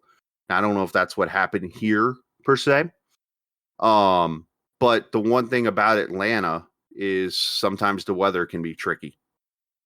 So I think they're trying to put them in a spot where we can have ourselves a good race or whatever, or a race that doesn't get cut short like the summer race did, where they ran pretty much until the monsoon hit. But when it comes to the way the structure of the schedule is, I absolutely am with Dalton on this one. I about said spot off, red light. Because you gotta, even if you just flipped, hypothetically, if you flipped Atlanta with Darlington, I'd be okay with that. Run Darlington race 2, because you're obviously staying in the southeast or you're going out west to get away from the winter weather that hasn't hit. So why not just flip Darlington and Atlanta goes into the spring a little bit more. In Darlington, you still can run it in the southeast. However, again, then the weather comes into play and there's so many different elements there. But yeah, for the structure of the schedule, absolutely not. I think they should have flipped Atlanta and Phoenix. So you're just, okay. Phoenix is only 3 weeks away from Atlanta. The only issue you have with that, Jay, is now you're setting up a southern race, going west, coming back to the south, going back to the west. True. They can That's handle the it. only. That's yeah. Well, yeah. I mean, hell, Be they go hard, to be hard, California. be hard. It'd be hard on the Xfinity and truck teams, but the Cup teams could manage it. No Yeah, problem. because a lot of the truck and Xfinity teams actually will use like renting on's hotel or like a Yep. parking lot to work on their cars for the next race. Yep. Yeah. Yeah. They don't even go back. I'm gonna pull a Miles and go yellow light here. Oh, okay. But I'm gonna explain my reasoning for it. Mhm. With the whole win and in playoff thing, I like it because you can have anybody win those two races. Like, what happens if, Justin Haley, in fact, does win the Daytona 500, and then Corey LaJoie wins Atlanta, which he came real close to, 2 years ago or whatever it was. And you know damn well you guys were getting nervous seeing Yaley run up there in the front No way. for a little bit. No way. But to my point though is like, what happens if those two guys are all of a sudden, the Ricky Stenhouse of last year and are in the playoffs, Right. just like that? That throws a giant monkey wrench into the rest of the season. That changes a lot of teams' strategy calls for the rest of the season. Yeah. With 2 less spots being there. So that's why I would greenlight that situation. Okay. To throw a giant monkey wrench into it. I am red light though, because I do not like the back-to-back plate races for an entertainment standpoint. For Jason's also point, if they're not going to be the truck and Xfinity races, yeah, those are probably going to be entertaining. The Cup race, though, 2 boring Cup races to start. Like, if they didn't already lose enough fans with the ending to the 500, they're going to do some damage with this one too, in my opinion. But so that for this far as the story, I'd like to see them split up. I wouldn't mind seeing Darlington in there, instead of that, and swap those around. No problem with that either. Just something, you need something different there. Right. So, Miles, red light or green light, back-to-back plate races for the top 3 series to start the season. Red light. Just red light, man. I mean the same reasons y'all said, but I mean, I just wish they didn't make Atlanta a super speedway, and I wish they didn't tear down Auto Club, but it goes right back to wanting to do something different to bring fans to the racetrack. So Okay, I cool. will say this: if it was old Atlanta, I think it'd be perfect. it'll be perfect. Absolutely. It'll yeah. be perfect. Absolutely. If it was Daytona and Auto Club or whatever, you never want to do back-to-back short tracks or road courses or anything back-to-back, especially at the beginning of the season or the end. So I don't know. They got to do something different. All right, so next topic's going to be a good one here. Tori Bredinger calls out Gus Dean, her Venturi. What was that name? What's up? What was that name? What, Gus Dean? No, Tori. Tori. What? What? Oh, did I muffle that? I apologize. Slightly. Just say the female driver for the race. I think he's trying to say Tony Bridinger. Yeah, well, if I muffled it, then I apologize. I guess it happens. Yeah, she calls out her Venturini Motorsports teammate Gus Dean for the lap. What was it? 4, 6 wreck? 6, I think it was, or 4. Or Or it's not 4. It was the wreck with SVG. Takes out 3 of her 5 teammates, including 10 or 12 other cars on lap 6 of that race, saying that he is only there because Daddy has money and he can't drive a race car to save his life. Then this man proceeds to go and win the Daytona ARCA race. They must told him over the radio. So, Skala, red light, green light for her comments and the ending result of that race.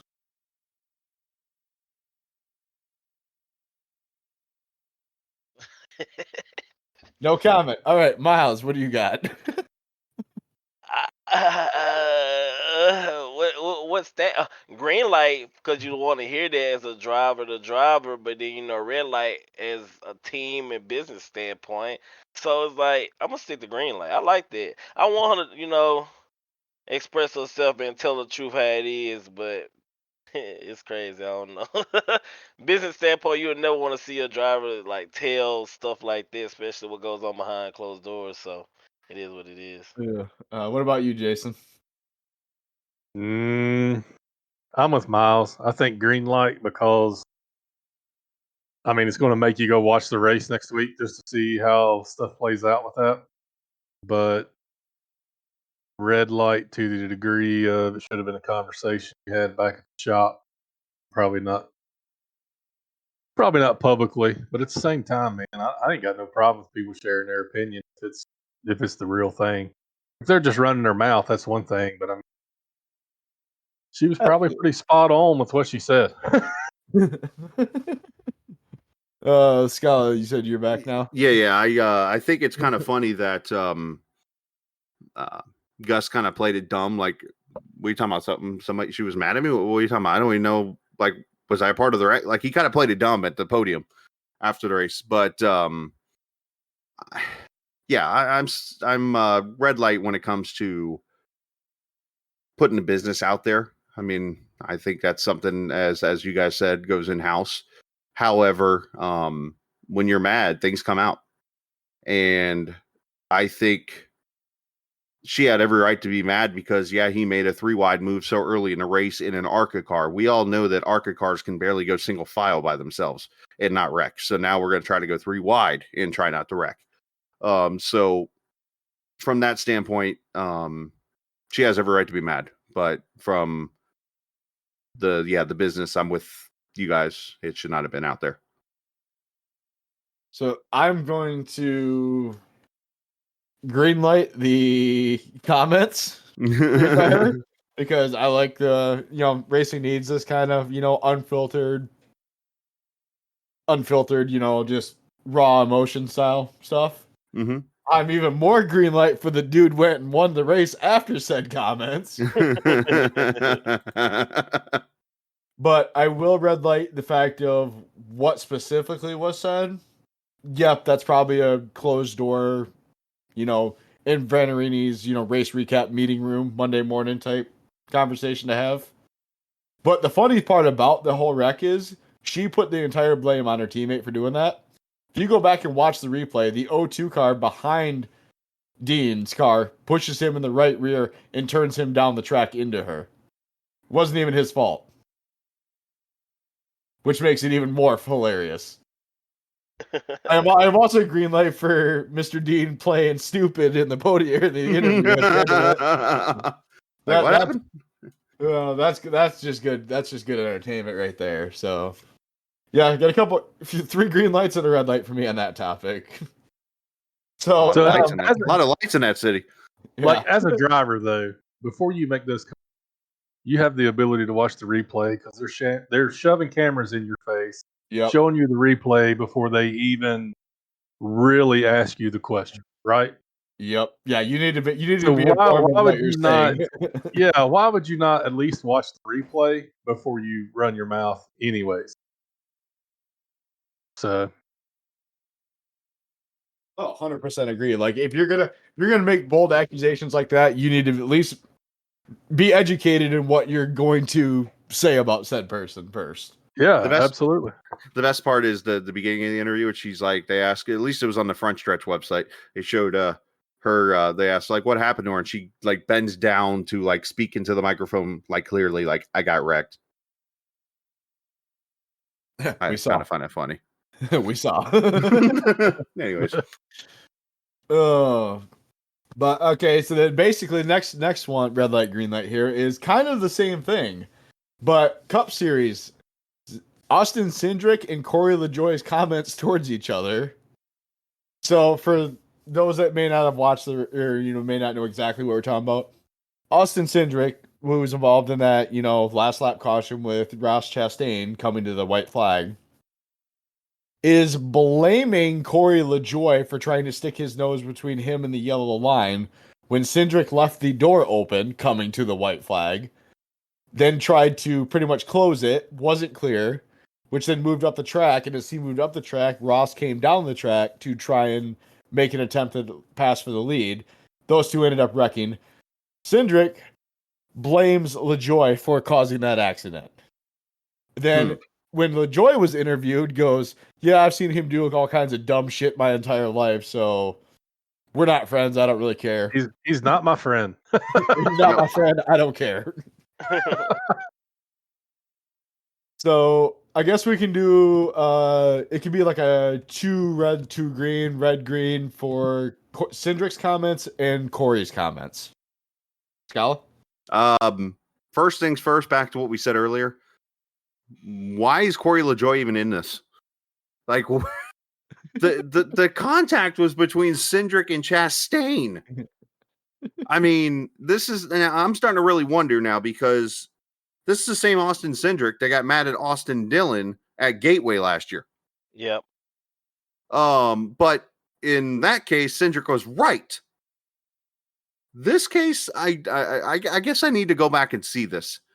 Because as far as I saw it, Chastain made a move to try to win the race. I don't blame him. There was contact made. Simple as that. So I guess because of that, I red light this, because I think it's the wrong person. Simple as that. Gotta watch the replay. Yeah. Gotta watch it. What about LaJoy's comments though for saying that we're not friends? I don't really give a fuck what he says. That's Corey LaJoy. I mean, Corey true. LaJoy is from Connecticut. What do you expect to come out of his mouth? Modified That's his dad. boy up there. That's his dad. I mean, I'm not surprised by that one bit. I mean, hell, there's still a rivalry between his dad and Buckshot Jones from 30 years ago. So I'm not surprised by that. So, yeah, that green light. Why not? Side topic. I do want to try one of his racing seats. I Put do that want in to the jacuzzi. Yeah, I've heard some really good things about their seat. I know they're stupid expensive, but I would like to sit in one of those one time and try that. But anyway, Miles, what do you got? Green light, man. I like all of it, man. I mean, it wasn't his fault, you know. So, but I like LaJoy saying that though. Green light. Yeah. What about you, Dalton? What do you got? I'm green lighting on both of them. I don't mind somebody has a little confrontation. Corey LaJoy, man, I hope he wins a race, and I hope he has success. I like that dude, and I don't know. I could care less if he tells somebody they're not my friend. It's a green light. Yeah. Not supposed to have friends on a racetrack. Yeah, I am okay. So for me, for Corey LaJoy's comments that we're not friends, I don't give a fuck what he says. I am 150% green light on this. You stand up for yourself, my guy. You do you. Austin Cindric, you get a red light this week for the same reason we gave Tony a red light. Be educated about what you're going to talk shit to somebody about. LaJoy did not cause that accident, and you know it for a fact. Stop trying to blame the little guy. The problem is he don't want to get into a pissing contest with Ross Chastain. Yeah. That's why you've seen the two of them laughing in a different interview later when they were discussing what happened. Of course, Ross is just playing dumb at that point too. I heard his dialogue, and he's like, "Did I come down the track? I didn't think I came down the track." But yeah, so red light, Austin Cindric. Educate yourself. Watch a replay. Take responsibility. Corey LaJoy, you keep doing you. Green light all the way. The last one I got here really isn't. I guess it's an opinion-based red light, green light. So the topic is basically kind of what we were discussing with the green white checkers, the overtime stuff like that. The way you solve all that. What if red light or green light, NASCAR should switch back to caution laps not counting? Here's your problem with that. A long race. That's it right there. The race. Now, the only time, to my knowledge, NASCAR has ever done non-counting caution laps, unless it was way back in heyday, would have been like the K&N series and stuff for the All-Star race. With that said, yeah, you can't run. If you run, okay, let's call it Bristol, 500 laps, and you get 20 cautions like the one year they had the record of. Think about all the caution laps you're running. You're running an extra probably 100, 150 caution laps. So Well, you're really running here's 650 laps at Bristol. Here's your argument for shorter races, though. Yep. That I would be fine with. Yeah. There backs up your argument for shorter races. Yeah. Or I what if can they agree do with in that. the final 10, 20 laps, something like that? Yeah, or make it the last 30 laps. Caution laps don't count. If you want to go that route, you can do that too. That's what I was going to say. Do a percentage of the end of the race where they don't count. Yep, that's how the big super late model races up at Berlin are up here. Caution laps count. Like there's one of them that's the Money in the Bank 150, which is a 150 lap race. Then there's the Battle at Berlin 251, which is a 251 lap race. For the 150 race, the caution laps count for the first 100, do not count for the last 50. For the Battle at Berlin, they count for the first 175, do not count for the last 76. For that exact reason, they want a race to be a race. I think I'd be okay with it. Yeah. I gotta would think about that. I gotta think about that. Because I'm kind of on the if you either you do or you don't. You still essentially can get your green white checkers, you know. Mm-hmm. You get rid of the quote unquote overtime. Has it run its course? Well, you just take away the fucking name at that point. Right. If the caution laps don't count, it's still overtime without you plastering overtime all over the screen. And you, at the end of the day, you are going to get a race that finishes under a green flag. So, for picks this past week, we each picked two people, one for the Gatorade duels, one for the 500 because there wasn't a race. Gatorade duels. There's a throwback. What are they even called now? The bluegrass, some kind of vacationing or something. I like the Gatorade Twin 125s personally, but yeah. Okay. Anyway, so I won both events, the dual race and the 500. I won the dual race with Bowman. I won the 500 with Kyle Busch. Mm-hmm. So I believe, based on I had the 500 results here up. I believe Skala will get to pick for Atlanta first. Yes, he does. Yep. And So Justin Haley finished the farthest down the list. So yeah, I had a kind of a throwaway pick there, a Hail Mary pick, if you will, which Haley ran second for a little bit in that race. I'm like, man, we got a shot here, I think. And then a little fuel issue apparently in the second stage threw him off. So as you guys are learning this format, I listened to DBC enough to be able to figure out this format and how to win it. So I got rid of the first throwaway, and of course, Atlanta being a super speedway race, I'm going to have another throwaway this week and get ready for Vegas next week. So for me, well, maybe it's not so much of a throwaway after what happened last week. Corey LaJoy.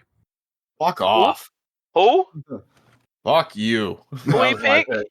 Corey LaJoy. Oh, that's what I was gonna pick. I was gonna take him too, but Oh man, hold on, I gotta go back to the chart now. Dang it. Okay. That's a good pick. Good pick. I mean, he's had a good car there, but you know what? It's one of those where if he wrecks, it's like, all right, hey, good effort. I tried. So is it You my guys look turn loose out there at Indy, huh? yeah, Miles, you'd be next. Oh snap! I'm gonna go with Austin Dillon. All right, Austin Dillon. Yeah. Looking through the lists here. You gonna get your neighbor there from Portage? Negative Ghost Rider. Negative Ghost Rider. Oh, let's see here. I might use one of my throwaway weeks because I'm already up 2-1. 2-1. I thought they were bonus weeks. They don't count. You won the Clash. I won the duel. Yeah, they were just bonus. Didn't you say they were going to be? We We were were 500. They were free picks, Oh, but they all still right. counted. They still That's counted. fair. That's fair. Sorry, Miles. It's all good. I am going to go with Eric Jones. I see that. Hey, Legacy first time in their in their series history that they had two of their cars in the top 10. Yeah, Jones is a decent throwaway pick with being a Ford and having the potential. Toyota. Oh, they are Toyota now, aren't they? Fuck. Yeah, fuck it. We're staying with them. I have more faith in Brad K or Busher to pull off a win somewhere else than that. So yeah, so this week, Skala has Corey LaJoy, Miles with Austin Dillon. I have Eric Jones. Dalton, you can pick any driver who wins this weekend. Man, I'm going with Kyle Busch. I like it. Dalton Dang, I takes wish you would have Kyle got it Busch. last night. Of course you do. I grew up not really a Kyle Busch fan, but I've kind of grown to like him a little bit over the years. And then when he Me went to too. RCR, I had to start pulling for him. I've like And it's nice to see him be like even on social media and stuff like I posted a TikTok video of him dancing or some shit to some ghetto music. It's not the first time I've seen him dance like that. Yeah, but it's nice to see him letting loose and stuff like that. Now that all the stress of KBM's gone, the stress. I think Joe Gibbs has like some kind of social media thing or whatever in their contracts. I think that prohibits them from doing just stupid shit like that. I guess. But yet they get into the car and do carpool karaoke a couple years ago. Yeah, and it's just certain. I mean, there's certain rules to it or something like that. I assume there is because he's a way different person now too. Yeah. So, what about it? So I guess we can move on to. I think that's all we had left outside of talking to Mr. Right Rear himself here. Wow. Is that If how you we think- welcome guest in here? If you think I'm never gonna let that go, like Parks Caution Flag and how Luke Daniels loves the movie Driven. That's fair. I love Driven. Thank you. It's awesome movie. Yes. I'm glad somebody else can see it my way. Daniels Yeah. is having like seizures right now. I love Driven. Great. Daniel's is gonna have an aneurysm listening to this. So, all right. I thought about just having Driven pulled up in a like window on my computer. Wow. Just pause. And anytime Daniels comes in, I'm just gonna play it because he's always inevitably gonna click on my screen if I'm sharing my screen. It's a prank. Yeah. I mean, obviously, I can't do it now because I just mentioned it, but it would be hilarious, would it not? It would be great. It'd be fantastic. Friday night in the treehouse.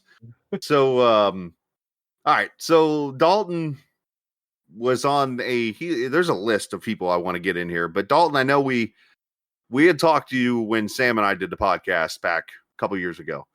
And, I wanted to get you back in here because there's a lot of things that you do and a lot of personal things that have happened that I think would be good to kind of talk about here because of how much you bring that into the iRacing part, which is just simply a hobby. It's something that you can keep to yourself if you chose to. But you kind of put it out there in public. I mean, your team name has to do with something personal in your life. But I wanted to get you into to talk about that a little bit. But let's go back to the beginning here and Jason Dalton coming to the world and what got you into racing in the first place. There was a short track, and I think I shared this story a little bit on the last time we were on there. But Motor Mile Speedway, I think Tony Stewart's SRX or whatever went there this year. Just grew up loving racing, going over there and watching that. Got to watch Dale Earnhardt and some of the guys come over there and hop into other people's cars and race, and basically just fell in love with it from that point. I've always liked speed and racing, and it don't matter if it's NASCAR or whatever. I mean, I just like fast. But as far as NASCAR, the short track over there that was about 30 minutes from my house, watched a lot of stuff there. Y'all, I think I shared with you about Jeff Agnew. Yeah, former Hooters Pro champion. yeah. Mm-hmm. He raced over there, and my cousin and him were big friends. So got involved with that. Got to see it more as a I don't know, real young teen to even 10, 11 years old. Got to see more of it from different perspective than you see just sitting in the stand. Getting to learn and understand a lot more stuff, talking to those guys and seeing how they do things and how they run for the championship. It's always fun when you got a local guy you pull forward to track to. It gives you a reason to show up and go. And that's obviously the fun part that you get to do is enjoy that kind of thing with like local tracks and finding that person that you get to cheer on. And I remember Jeff's name. I remember, because when growing up down in Florida, the Sunshine Network was the channel at the time. Now they were like, I think it was Fox and then Bally and stuff like that. But, obviously that series was something that was really cool for the Southern tracks that run like Motor Mile and Gresham in Georgia and Lakeland when USA was there before it became an Amazon warehouse or Walmart, Yep. wherever it is now. All those cool looking tracks. But, now obviously all that had to get you into racing. Did you get to do any personal racing yourself at all? Or was it more of just kind of being just that fan on the side? More fan on the side. I did my fair share of street racing growing up. Come from a little one stoplight town with a lot of side roads and stuff like that. So we used to burn it down quite a bit on the weekends, race and stuff. But as far as any kind of organized racing, I've not done anything like that. Obviously, being a fan, that brings you into iRacing. Like, where does that come together? Actually, Brian Suffin, my cousin, he got me started several years ago on the. I'm blanking. What was it before it became iRacing? The 2003 season. Oh, or NR whatever. 2003. NR 2003. Yeah. Mm-hmm. So I got into racing that. Really enjoyed that, and then started having family, kids, got out of it, so forth. Then life hit with some other things that happened in my life that I don't really talk about. But I got back in touch with Brian a little bit, even though we were family and cousins. We were, I ain't gonna say distant, but we weren't close at the same time. But had some life things kind of kicked me down a little bit. Brian came along and set me up on his race rig, started racing. Within 2 weeks, I'd bought a computer, steering wheel, monitors, and hammering down. So that's how I got into actual iRacing.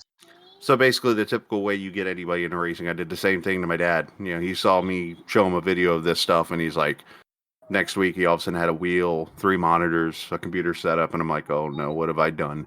So that's why I kind of hesitate people, and I'm like, when they're like, oh, let's try this, I'm like, be careful what you might do.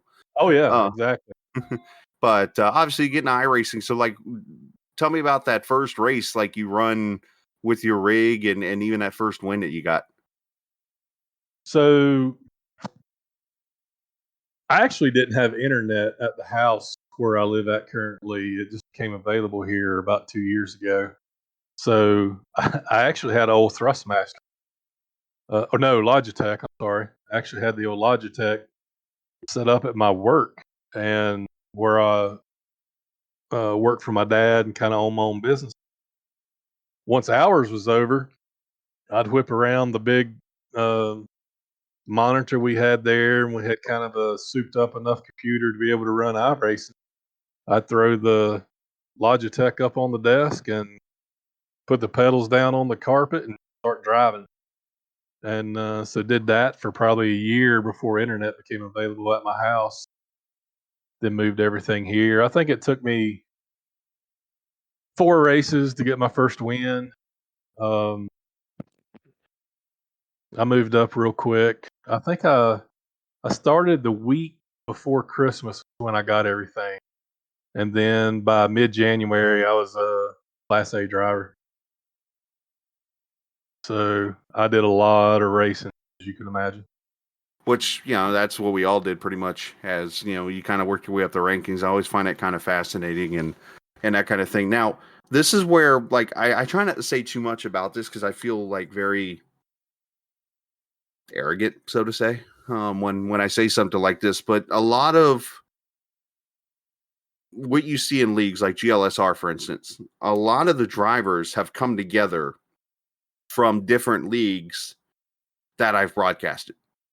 Now there are some that obviously they've just seen GLSR and showed up or whatever, and that's something I will honestly say I am proud of. But that takes people becoming friends with others. You and Brian, I remember racing over at Short Track Super League with Telder. Yep. And then you guys came over to GLSR and started racing here. And you had this team, KJD2, which is, the team name you guys have today. Yep. Where does that name come from? It's in memory of my brother he was killed in a car accident when he was 16 years old. His name is Kenny Joel Dalton, hence the KJD, and his number was 2. So when me and Brian started racing, we started getting a little bit better and a little bit better, and then we started wanting to join some leagues.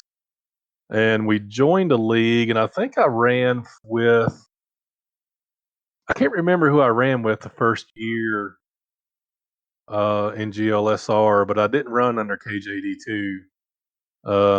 Can't remember the team name. It was number 42, but I cannot remember his name to save my life. You got me thinking now. He drove the blue and white truck, 42. Wow, I should remember. It'll come to me. You think I would remember this, but I don't.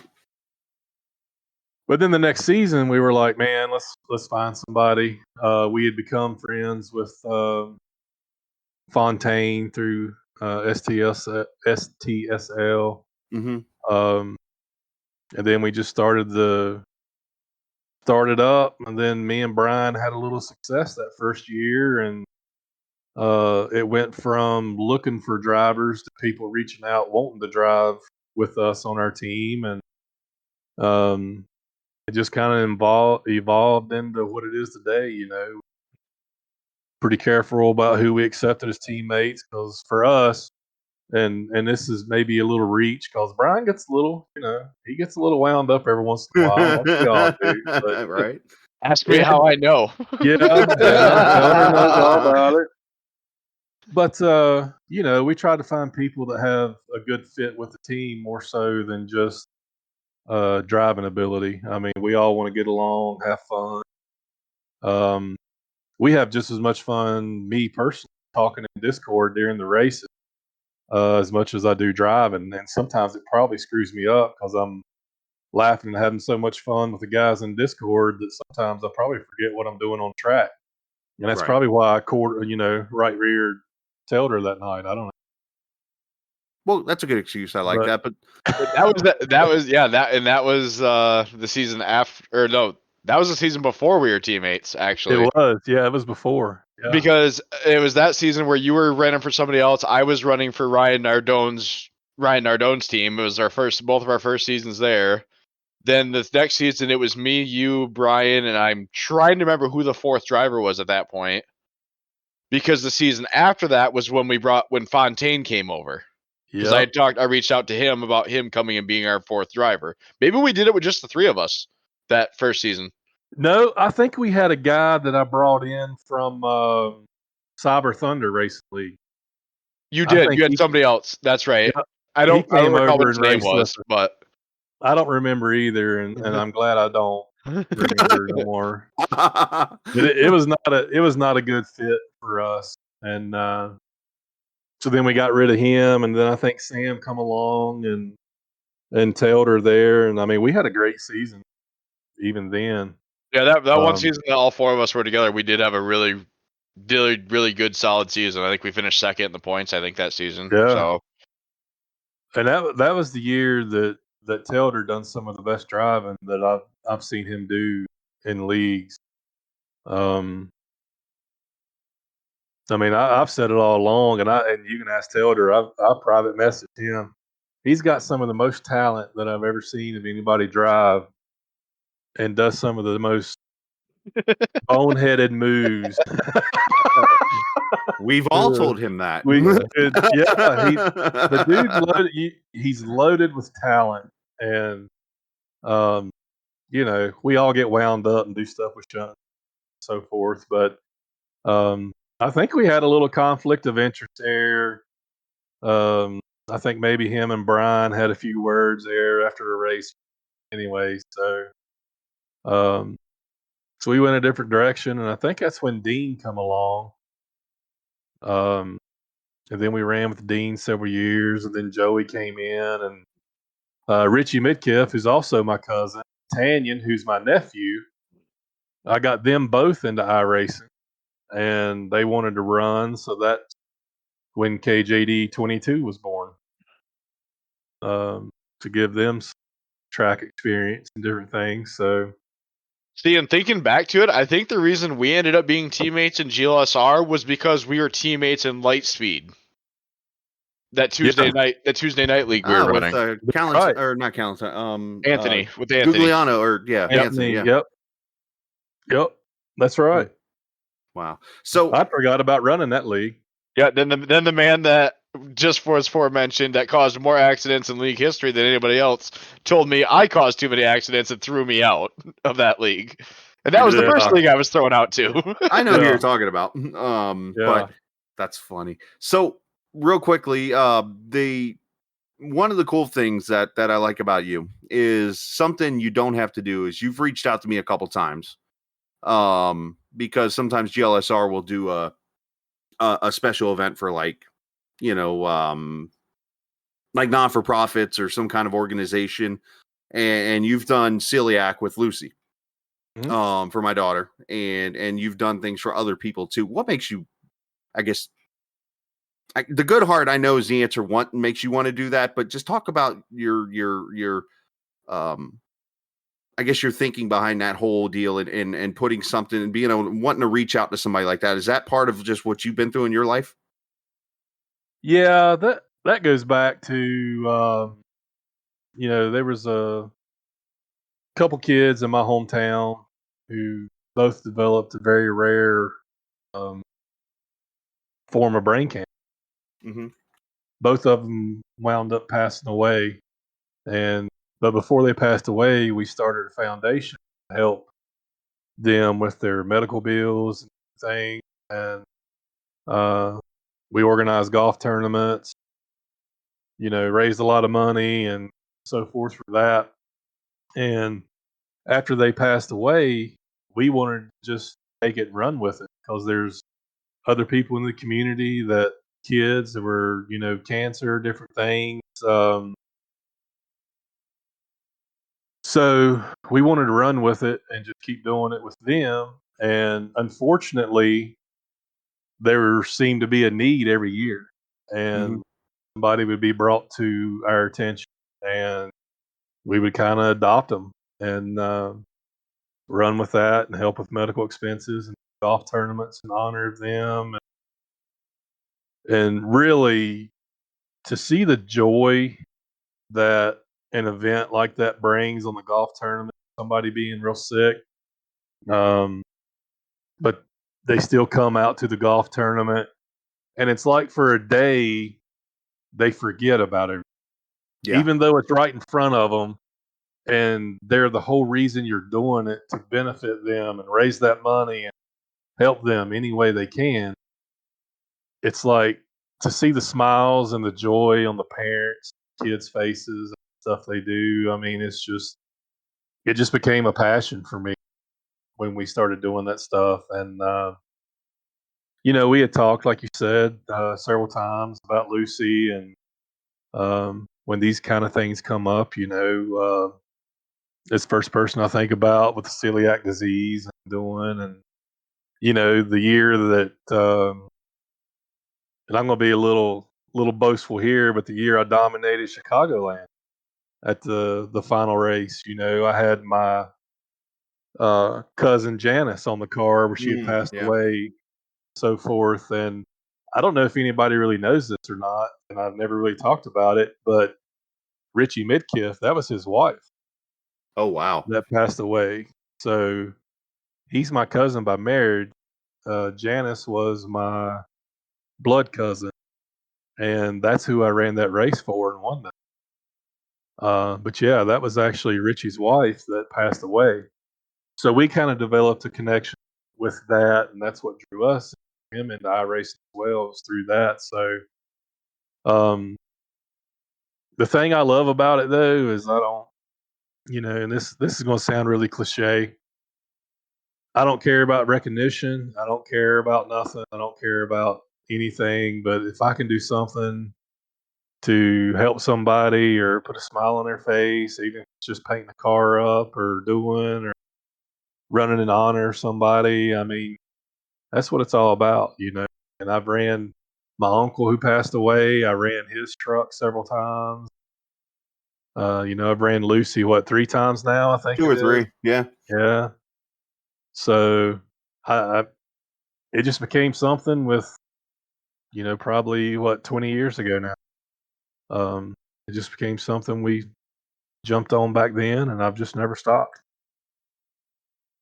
So that's one of the cool things about you is just the fact that you're able to just go out of your way and put somebody's name, like Lucy in my case, or just any relative of yours. You mentioned your cousin's wife who passed away, Richard there.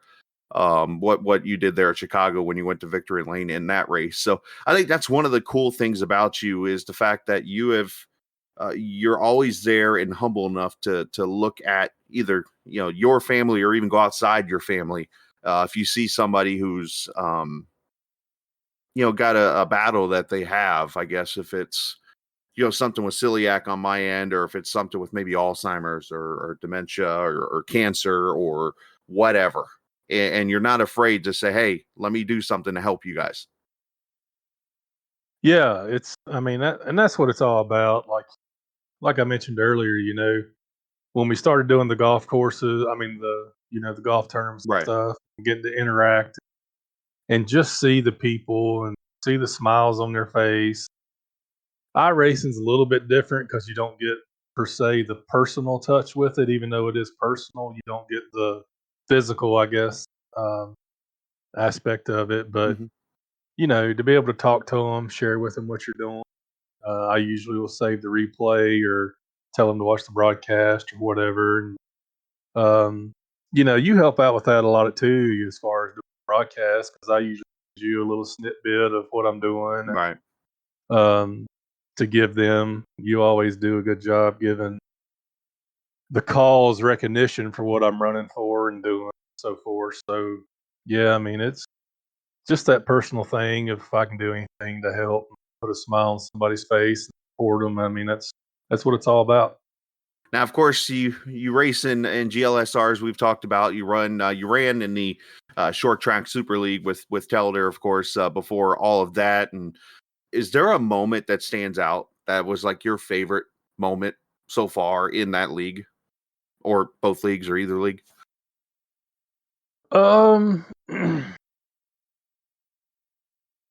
There's a couple. I would have to put the Chicago win. Mm-hmm. Definitely in the top 3. The very first win at Bristol in the league, fighting with those guys. That was a lot of fun. But probably one of the best wins I had, I think, was Phoenix, when I beat Noah Maori, Something like that. I'm not sure if you remember that or not, but I don't remember that actually off the top of my head. I pitted with about 20 laps to go. Caution came out. Me and Chris Dean, which I think Chris Dean had dominated most of the race and got a speeding penalty on pit road. Was this a night race? I'm pretty sure it was. Yep. I think I do remember this now. Wasn't that the race he got taken out by Luke Strayer? No, he didn't get taken out. Well, did he get taken out? No, he pretty much dominated. There was a Phoenix race. There was a Phoenix race where he led most of it and got taken out in turn 3 and 4 by somebody. Yeah, I'm trying to remember what race that or who it was and what race. I know it was a Phoenix race, but this one he got a speeding penalty. He got shuffled to the back, restarted maybe 10th, 12th. I restarted, I think, 8th. And me and him worked our way through the field, and I had to get through all the what's the team name for Dane Cruz and all them? Oh, What are they, The PPM Yeah. guys. yeah, the PPM guys. I had to get around. I can't remember his name. Not Caden, not Dane, not Noah. What's the other one? Zach Almond. Yeah, Zach. yeah. So I had to get around him, and then I think it was like Caden. Caden was third, Dane was second, Noah was first, and I had to fight my way around all those guys. And Caden gave me a hard time for a couple laps. Dane tried to cut me off and cut down through the short chute there, and I got around him. I never lifted. I was going to turn him straight into the wall if he came across my nose. And then I made the last lap pass on Noah coming out of 3 to the front stretch, and we dragged race to the line, and I I beat now him by remember that. probably- Yeah, I got him by like half a truck, something like that. I do remember that because you had to fresh your tires now. Yeah, okay, yeah, Yep. I do remember that now. Yeah, that was when the line was still on the what's now the backstretch. Yep, They had sure updated, was. put the dog leg in, but the front stretch was still over on the other side. I do remember that race now. Yeah, that was a pretty cool race. I mean, you've won some interesting races. You're like it's like how many times that I have said, and even in the other podcast, it's like I've said Dalton can do this, but then it's like at times I'm like Dalton might struggle with this, and then it's like Dalton might do well with this, and I only do that because it's so hard to project sometimes your driving style, because it's like there are tracks that you would think like Chicagoland. I mean, I'm used to being fast on the short tracks, and then all of a sudden you show up on a 1.5 mile worn out surface, and you took the field to town that night, and I'm like, wait a minute. So Yeah. it's like that all of a sudden you find that spot during a race or during a practice that puts you up there. And I think, here, last season, obviously, season 2 of the B car, obviously consistency wise, you were there all season. Which I thought was really cool to see, and it allowed you to get up there and into the final 4 when it was all over with. So I think that's probably the toughest part from my end watching the races is, and granted, for a season and a half I wasn't here, is seeing the consistency in you. Because there were times you'd run really well, and then there were times it seemed like you were the punching bag out there at times. Absolutely. And you know- you're right. Last season was definitely my most consistent season. Even qualifying, I qualified usually, top 10, top 8. I think he even got a pole there this year. Started outside pole once, had some 3rd and 4th place starts. The B car was a touch of a struggle for me to begin with because of tire management. Mhm. I had to learn that, and Sutton actually helped me quite a bit with that. Of course, Sam, he's nonstop talking to you all race long. No kidding. Yeah. So, but yeah, definitely last season was the most consistent. And you're right. I mean, because I've showed up at Charlotte and run second. I've also run 22nd. Of Right. Chicagoland. I'm pretty decent there. Short tracks is obviously my thing. I just love short tracks and races, short tracks as I can. But I don't know. I mean, I wish I could be more consistent more often, but I think I pulled it together a little bit this past season. Hopefully, use that as a springboard, getting further into season 3, get up to a good start. And you seem to obviously have the team around you, like you mentioned, Sam, who's pretty sporty, obviously being a multiple time champion now in that series. But I before we get there's a couple other questions I got to ask league wise real quickly. I want to go back to the Dover race this season. I know you and Miles talked about it off the air a little bit. Take us back to what is still arguably to me one of the craziest finishes I've ever seen at Dover and might ever see in my lifetime. I'm sure that goes back in your mind a little bit. I know it's been a month or so now. since that race. It's like, have you ever thought back to like, okay, I should have done this different. I could have done this different, or are you okay with like, you know what, he made a good move, good for him? Well, I mean, I can't forget it because people keep bringing it up all the time. That's fair. Talking. And you're going to see it in my intro for a while. Just saying. Yeah. No, it's two things. Bryson made probably one of the best outside line moves to scrub the wall and still carry the momentum off the corner to be able to get the the push momentum he needs to pass me. He did everything perfect. Me personally, I was worried about him getting underneath me and pushing up the track. Mm-hmm. So I think it was going into 2. No, it was going into 3. No, it was going into 2, or going into 1. I'm sorry. I think he tried to cut underneath me or had some momentum, and I was afraid he was going underneath me. Then I entered that corner shallow, and it was more shallow than I'd ever ran, and it killed my momentum, which let him get, pretty much almost door to door, if not beside of me there, going into the last 3 or 4. And looking back, I should have ran more middle of the track, obviously, just to give myself a better run off the corner. I didn't know that he was going to throw it in so high, so I didn't want to like push him up into the wall or just that respect thing. I didn't want to trash both of us by no means, and ultimately, I didn't have the greatest corner. It still wasn't bad, but he just ran it perfect. I mean, he got me. Yeah, he just flat beat me. I don't think I give him the race. I mean, he had to earn it, but I could have done a little better in that last 3 or 4 there. Turn 3 or 4 to give myself a better run off the corner. Yeah, unfortunately, I think you might be the Kurt Busch in that Ricky Craven conversation now. How much I hate to say that, but hey, as long as like Dale said, as long as they're talking about you, whether it's good or bad, that's true. About you're there. That's true. And that kind of leads me, I'm going to kind of put you on the spot. I've been going back and forth in my head here since earlier this week when we talked about, all right, let's get you on the show. And I was like, maybe I want to ask this, maybe I don't. But I'm like, you know what? It's a freaking podcast and people want to know this answer. All right. So there's a lot of feedback that I hear through either Discord talk on the GLSR chat or just in general from people that have a criticism for KJD2, thinking that there are some situations during the race that people maybe criticize a potential manipulation and things like that. How do you respond to that? I don't.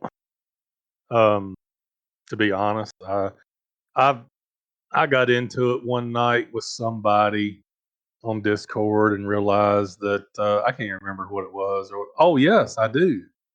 I think it was Chicagoland. I spun coming off pit road.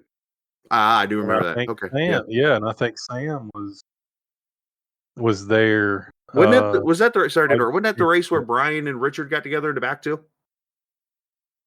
No, this was before Richard. This was probably 3 seasons. Oh, okay. I'm sorry. Okay, go ahead. Yeah, this was several seasons ago, and I think the PPM guys are the ones that got upset. But people that know us, people that race against us, and know us, not just know our name on the screen and whatever, but people talk to us and so forth. I mean, I think everybody knows that we don't intentionally do nothing. We make mistakes like everybody else. I mean, what benefit would I have gotten spinning off of pit road on Chicagoland because I was running top 5 at the time. But I know that I've heard the criticism about us trying to manipulate the races and so forth. But Telder can probably attest to this a little bit too. When he was our teammate and we ran together, I mean, we would talk about. We knew the guys that we needed to race hard to help teammates out. I mean, that's what every team does, right? Right. Well, you guys did it in the last race of the season this season. Yeah, and We will race people hard, real hard. You But raced we each other also- hard at Gateway. Yeah. And I mean, we sat there in Discord at Gateway, and it come down to, I mean, there was a lot on the line. If Brian wins, I'm out of the Final Four. If Sam wins, I'm potentially in. I mean, there was a lot of stuff happening right there in that last, 25 laps of that race. And I mean, I can honestly say I came on the, and I told Brian and Sam both. I said, y'all run your race. Whoever wins. Whoever comes up short comes up short. But that was the most fun I've had racing in that race all season long. Yeah. And I mean, me and Brian were battling for the lead. I've not touched anybody the whole race. The next thing I know, we're banging doors and fenders and coming off the corners, and I was having a blast.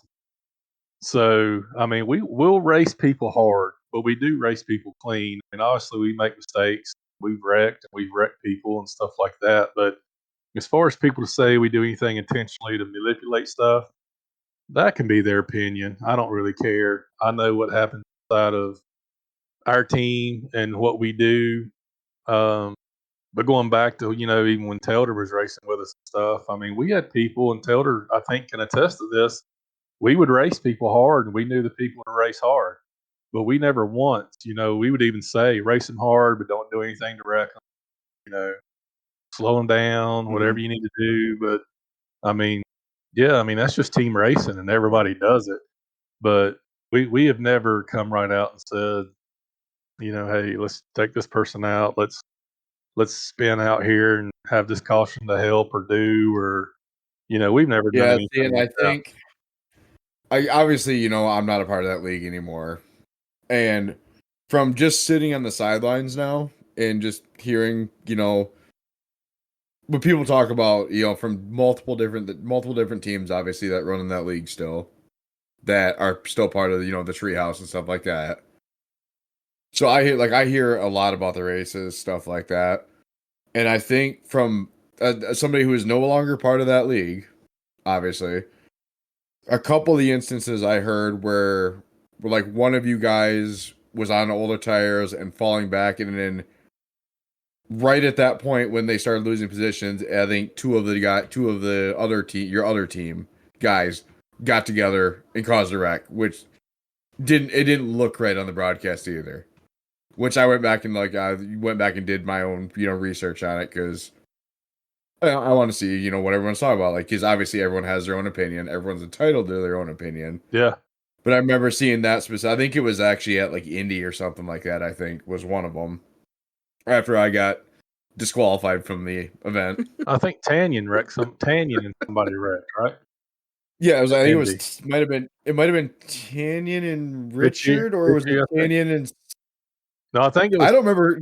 I think it was Tanyan and Richie, because Brian had already bowed out that race. Yeah, I know there was. I know it was two of the KJ cars. That was all I knew. Yeah. And it just, the timing of it was literally 50 feet after Fontaine, I believe it was, lost the lead on old tires. I think that was one of the ones that was brought up. It was like, wow, that's a tinfoil hat moment here. And like it had a little bit of validity to it, just the timing of it. Right. So it's like, okay, that's it. Yeah, fuck you, Skala. I'm smart. No. And then I'm trying to remember what the other one was. I want to say it was Michigan or Michigan, maybe. I don't remember the specifics of the second one, but I remember it was another thing where one of your teammates that was running up fast, might have even been you. Somebody was same thing, was kind of falling through the standings, old tires, burn their stuff up or something like that. And then it turned around and another two of your cars got together. Well, Richie and Brian got together twice. And I know Richie and Tanyan got together. But here's one thing I will say to that, in terms of, there were times when everybody showed up that KJD2 and KJD22 had eight cars in the track. Well, obviously that multiplies your chances of getting together as a team. There's like a third of the field. Yeah. So, and the other thing is this, and since we brought it up, and this is going to sound cocky as all get out, but I do not mean cocky way whatsoever. Between the team that we have on KJD2, we normally have somebody or even two running in the top 5. Just like Miles and those guys. I mean, you have your guys that kind of come to the top that consistently run top 5, so forth, whatever. If you're consistently running top, leading the race, running second, third, fourth, whatever, and a caution comes out, there's going to be benefit to it no matter what. And in all those races that there's been caution out, and so forth, I mean, what do you do when you constantly have guys running in the top 5? It's always going to look like you're manipulating it. You actually consistently have guys in the top 5 or leading the race or running second or whatever. When you take a 3-man team or a 4-man team and they have one guy that runs, top 5 and the other ones can run top 5, but they might be running top 10. It don't seem like a near big as reward for them if something happens to one of their teammates because they don't have those guys running consistently in the top 5. So, I mean, I think it's a lot of what would be the right term? Eye candy, whatever, visual, whatever, What I was going to say to that is, Telder, when the lap one leaders, legends, whatever they were, I guess they're legends now, unfortunately. Heroes get remembered, legends when you had your team, obviously, you guys obviously competed a lot for the championships there for a few seasons. Did you ever get that kind of, because you guys always ran up front because you had structured your team, and you even told me this, to be strong, had one driver strong in each portion of a specific race schedule. So if it was a short track, it would be probably you. If it was a dirt track, Alex Cummings. If it was a super speedway, somebody else. If it, type of thing. So obviously you probably had that kind of thing too when you had a team that was up there at the top for a couple seasons. I'm sure you probably saw some potential heat come at you for like, oh, they're trying this or trying that. Not really, because we really didn't get penalized that much. Like, we didn't cause cautions. You were just involved in them? I was just involved in them, yes. There's a reason I had 128 incident points and only had one charged caution in my name. Oh, well, there you go. I bring that up because...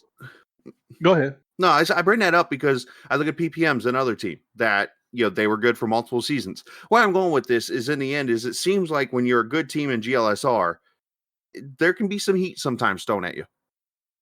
Absolutely. We can say that, honestly, the PPM guys, I remember at Chicagoland race finale. Oh, the choke job? Yeah, where they were all three or four of them were just throwing hellacious blocks, like wall to apron down the backstretch of Chicagoland, trying to keep. I think it was when Peachin might have been chasing Amon, or it was Alphen chasing somebody else. But I remember saying it was like Caden and Dane just throwing ridiculous fucking blocks. I think it was Peachin. He was chasing somebody, and they were blocking all over the place. Yeah, that wasn't a choke race. That was something else. The choke race is the one where they all had to go against Blaine Sparling, and they never saw the top 10 after, like, the first pit stop. That was the race I killed Caden on pit road. I wanted to get that out of you, Jay, because it's like, I think this is a good way for those people who are going to listen to this. Be like, look, you can say what you want. You can have your opinion. And that kind of thing. But I wanted to get your side of it because we never get to hear the KJD2 side. Yeah, and that's basically what it is. I don't think we're any different than any other team. We know who needs to do what, who needs to finish where in certain races, getting down toward the end. And, we race people hard, but we race people clean. Most of the time, he said, they make mistakes. Unless we make the mistake. We make mistakes just like anybody else. But we don't ever intentionally. I've never intentionally wrecked somebody in a league. I have, get pissed off. We all have. Yeah, I think I remember watching the Telder car go flying by me to take somebody out at Indy or something. But Yeah, that was Indy. But you know, I will say this. How many starts Something since we then? always. Yeah. Anyways, This is something I think you know, us as a team are pretty proud of. I think if you'll go back and look at the last 2 or 3 seasons, you know, we've won 2 team championships and finished second one year in the last 3, I believe. that's pretty good. And if you look at the incident point, we have lower incident point, penalty points by far lower than the other team. So, I mean, that has to account for something to show how you race and how you do. That's, I mean, obviously to be the best in GLSR right now, you got to beat the KGD2 guys. That's, I mean, it's been proven the last couple of seasons. But before we go on for like a day and a half and we get people yelling at me for going too long in the podcast, Telder, you got your question you get to ask? Yeah, I was gonna say though, before we moved on from Yeah. that, I just want to say, like, I only was looking to give you what was I heard, you know, from the other side of it. Yeah. And like, and yeah, do a few of them look suspicious? Absolutely. But like to your point too, and like frankly, I'm past that league. I don't care anymore. I just want to give you the insight from what I hear as somebody who is no longer associated with anything to do with that league. Yeah.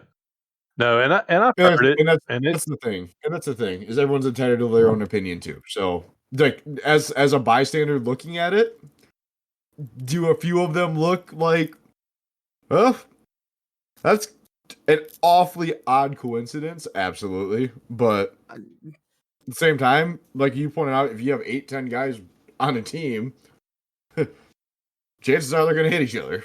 And you got other leagues too that I broadcast that you get similar things. I mean, I hear it almost every night. I'll get that wreck looks suspicious, but you can't. There's no proof unless you have chat of, I wouldn't hit that guy on purpose. You know, unless somebody's streaming or you have an audio recording or like that, you can't really prove anything. I mean, or unless you dead right somebody. I don't know if Matt remembers or not, though. Do He you doesn't remember forget. we were? Well, I mean, just to kind of back up my point a little bit. I mean, Telder, if you can say yay or nay here, whichever way you want to go, but you know, when we were on the team and we were running there to end, I mean, we talked about who we needed to run hard and what we needed to do. But I mean, we actually said on Discord on our team, don't do nothing to wreck nobody, run them hard, do what you need to do. Yeah, I do recall it being part of your team, and that was one of the things, one of the rules that we had was, you know, you want to ride somebody's door, you know, do this, do that, do it. Just, you know, don't do anything to incriminate yourself and don't like actually wreck the person. Yep. But run them hard, race them just like you would race anybody else. If you need to race them hard to slow them down for a lap or two, then do it. But as far as intentionally wrecking, I mean, we made it clear even when Telder joined the team what kind of team he had and kind of, you know, what we expect as drivers and so forth. I mean, we even told Telder up front, I think, when he even joined the team, you know, we're here to race. We're not here to beat and bang, cause problems, wreck, do. I mean, yeah, I remember. I like vaguely remember one race too where I got taken out and I was like, I'm just gonna go junk his shit when I get back to him. And I remember you threatening me, if you do that, I will throw you off this fucking team. Yeah. I mean, it takes. I do recall that. I you know, as owner and Brian, you know, we're co-owners of this team. I mean, I think it's a pride thing, and I think it's self-reflection on you as a person to have your name, team captain, and so forth. You know, everybody's gonna make mistakes. Everybody's gonna have their moments. Everybody's done stuff. I get that. Brian's done. I've done. Everybody's done stuff. But I mean, as a whole, there's one thing between having a isolated blow up or something keep happening over and over and over. And I mean, we've all had the isolated blow ups here and there, but for the most part, you know, we're pretty. I don't want to say picky, but I mean, we're very selective as far as who we have as teammates, character, and so forth. So. Yeah. So all right. So yeah, now that we got that covered, kind of, you know, about that. Clear the air. Clear the air. I ask every guest on here one question. If you could pick one car and track combo on iRacing to run only for the rest of your existence in iRacing, what would it be and why? Oh man. Yeah, it's a doozy of a question.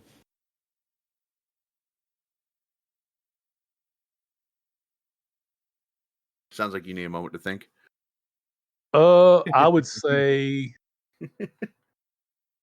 late model stock at Hickory. That is a great combo. That is a Jason Dalton answer right there. Yeah. I mean, yeah, late model stock at Hickory. It gives you everything you need to run, beat and bang, still have fun. The late model is super fun to drive. Yeah, if I had to pick, it would be that. And here I expected like modifieds at South Boston or something like that. I've never seen him as a modified go. I mean, when Mike ran, with the Short Track Super League, you guys ran you ran everything, but I didn't expect him to be a modified. I thought it'd be more of a late model, especially being from where he's from. I expected like an ARCA car to Short Track or There you go. something, to be honest. But No, the ARCA car's fun. You're wrong, but the new late model they come out with 2 seasons ago, whatever it was. That's probably my favorite car to run. fair. All right, so Fair. give me your this is the kind of thing I'm going to get started. The kind of wheel and everything you got. Give me your setup. I have a Fanatec Club Sport. What is it, 2.5 or something like that? I got the Fanatec wheelbase, inverted pedals. The V3s, I think it's called. Got 3 monitors and a 4th monitor sitting above for Discord and so forth. That's about it. I mean, there's nothing real special about it. I ran the G927 for a long time. Finally decided to upgrade. I think I upgraded pedals first, actually. I think I ran the V3s with the Logitech. Then finally upgraded to the Club Sport. So that's what I run right now. I would like to eventually get to direct drive, but as long as this thing's running, I'm not going to get real crazy yet. Right. But as somebody who went through that upgrade, it is a game changer. Yeah, for sure. I'm sure it is. When I got Richie into it, he started out with a Thrustmaster. It was. No, it was a Logitech as well. And he would come up and race on my rig a little bit. And then next thing I know, he's got the Fanatec DD2. And I've raced on it a few times. And it's completely different, as you know, just like you said, it's a game changer. But it's a game changer in terms of you have to get used to it to be able to drive it too. Get your settings and everything correct. So I can see myself going direct drive here before too long, but I'm also going to have to do a pretty good computer upgrade as well to get everything I know up a to guy. date. Yeah. I know. I send my tech guys some screenshots every once in a while, and I'm like, man, fix this for me. What do I got to do? Guy, Yeah. I got to get me one of those. So, But yeah, as like somebody I started with a Driving Force GT wheel, so the stuff below the G9 series, like 15-year-old wheel shit. Like the shifter was attached to the wheel, and it was a sequential shifter. Oh yeah, that's the first one I started on when I was 2003. I was like, what were you playing? Cruising USA, Telder? No, I bought it off Facebook like pre-COVID when I first got April 2020 when I started iRacing. I found it on Facebook for $60 and I bought it. Sounds about right. So I skipped the Logitech. Mm-hmm. No, I did. Did I get a G29? I did get a G29, and then I went from that to the T300, which was the belt-driven wheel. And I was like, oh, this is a dramatic big upgrade.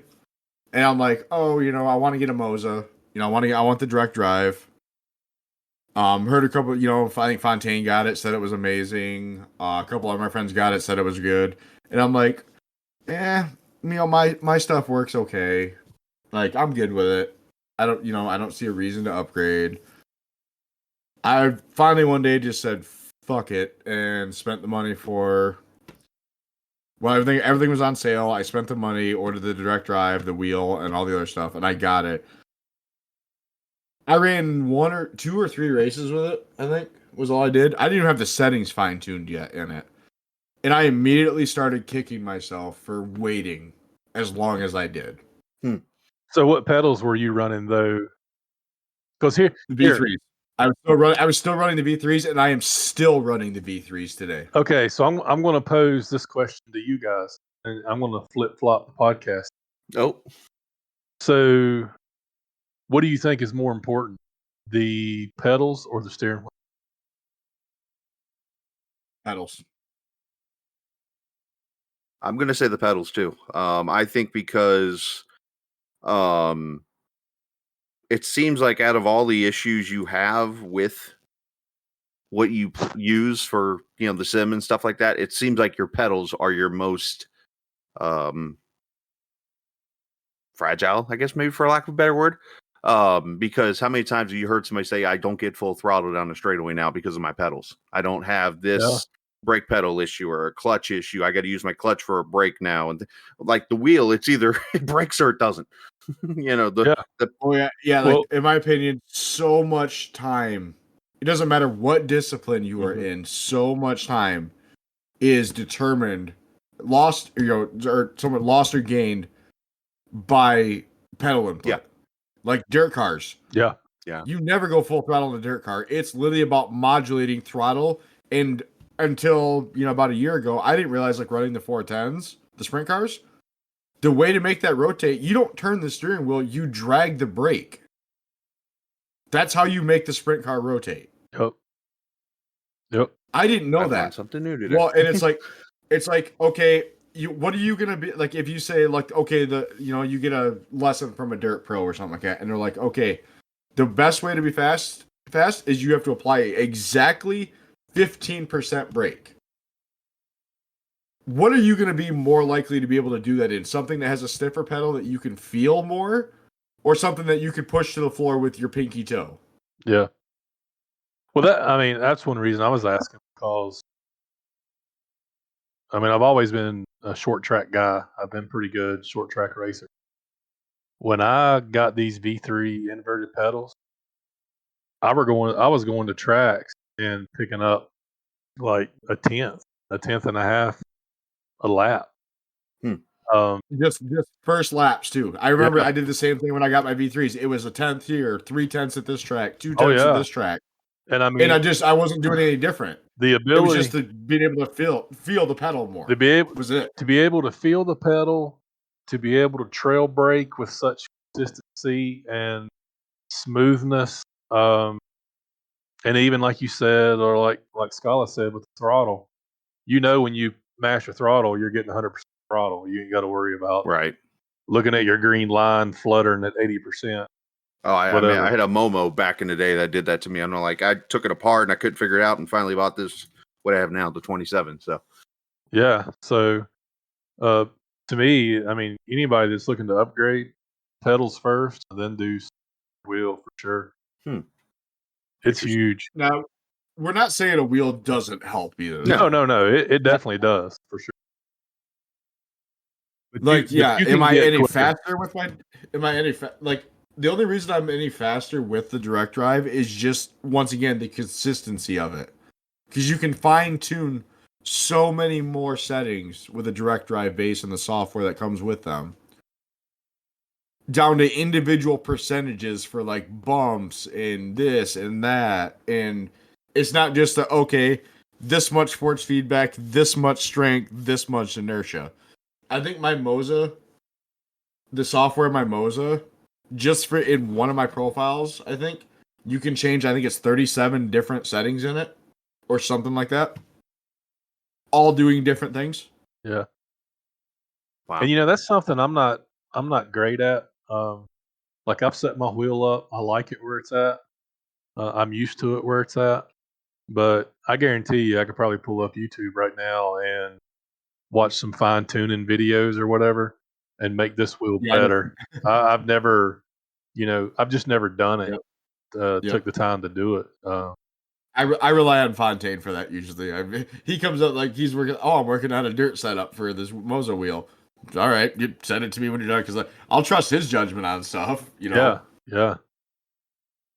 Wow. So I've learned something today out of the wheel and stuff. I mean, I guess it's more, and to be honest, I don't race obviously as much anymore, but, and I've told this story before, and usually I throw somebody for a loop or something here when I tell you I don't run with force feedback at all.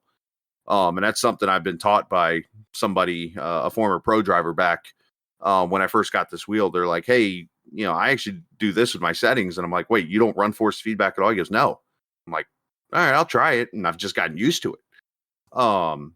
So, I mean, if I were to try to grab like one of those new wheels now and try to drive it, I'd be like, whoa, this is all over the place here. yeah. But,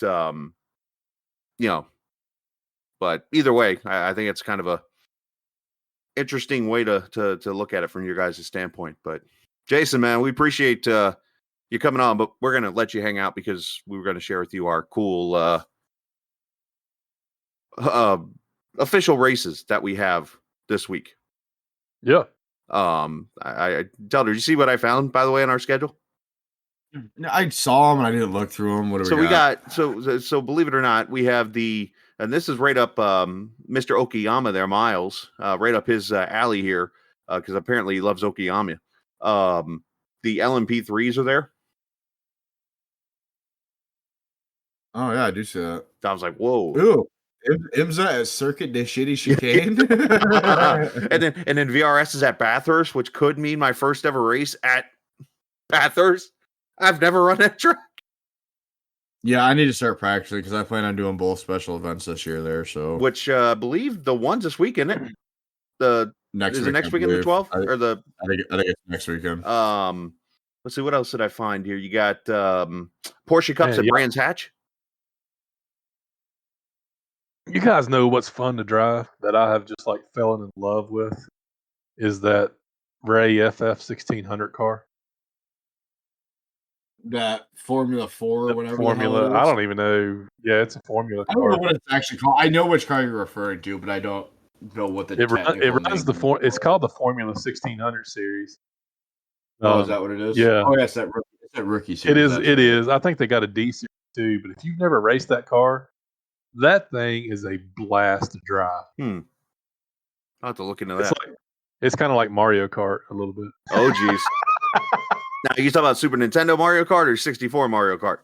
Oh, no, Super Nintendo. Okay, the good one. Nice. Yeah. Right. Fuck you, 64 Mario Kart's where you learn to play drunk Mario Kart. Fuck off. Play drunk Mario Kart with either one, okay? But if you want to go play Rainbow Road, just go run a Nürburgring on iRacing. So, by the way, iRating Death this week is we're at Atlanta for all the NASCAR guys. I did see iRating Death. And I'm still going back and forth. Do I try to go for 2 in a row now after the Daytona win? Do I go run Atlanta Open to see? I don't know. And MX5 at Watkins Glen Cup, by the way, to wrap it up. Yeah, outside of that, I'm looking and there's not a whole lot of good stuff this week, really. I mean, the Gen 4 Auto Club's always fun, but wait a minute, that can't be right. Uh-oh. What did I miss? All right.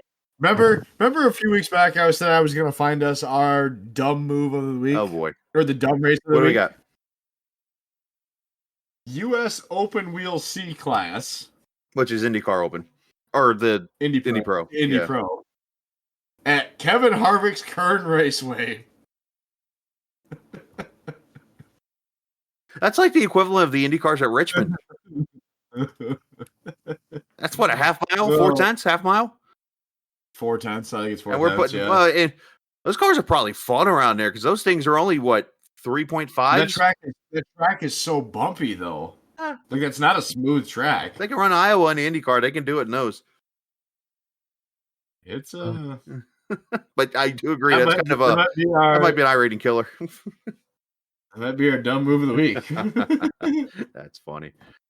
All right, we're gonna. Because I'll say I really don't have much else here. So Well, I got one more question. I'm going to back up one segment All right. because I got to talk about it.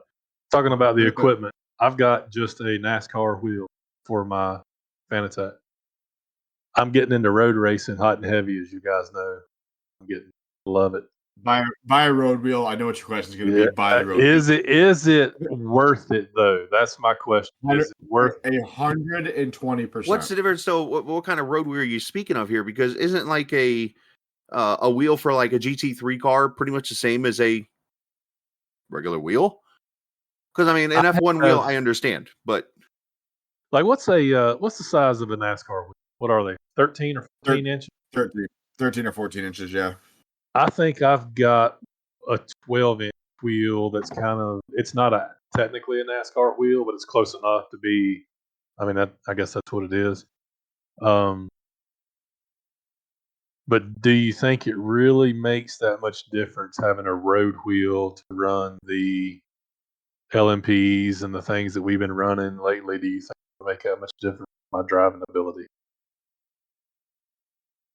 I don't think. I mean, I don't see a difference in that. See, I mean, maybe I'm wrong, Telder. If it's an Indy Pro or an Indy car or an F1, I can understand you're going to get another wheel.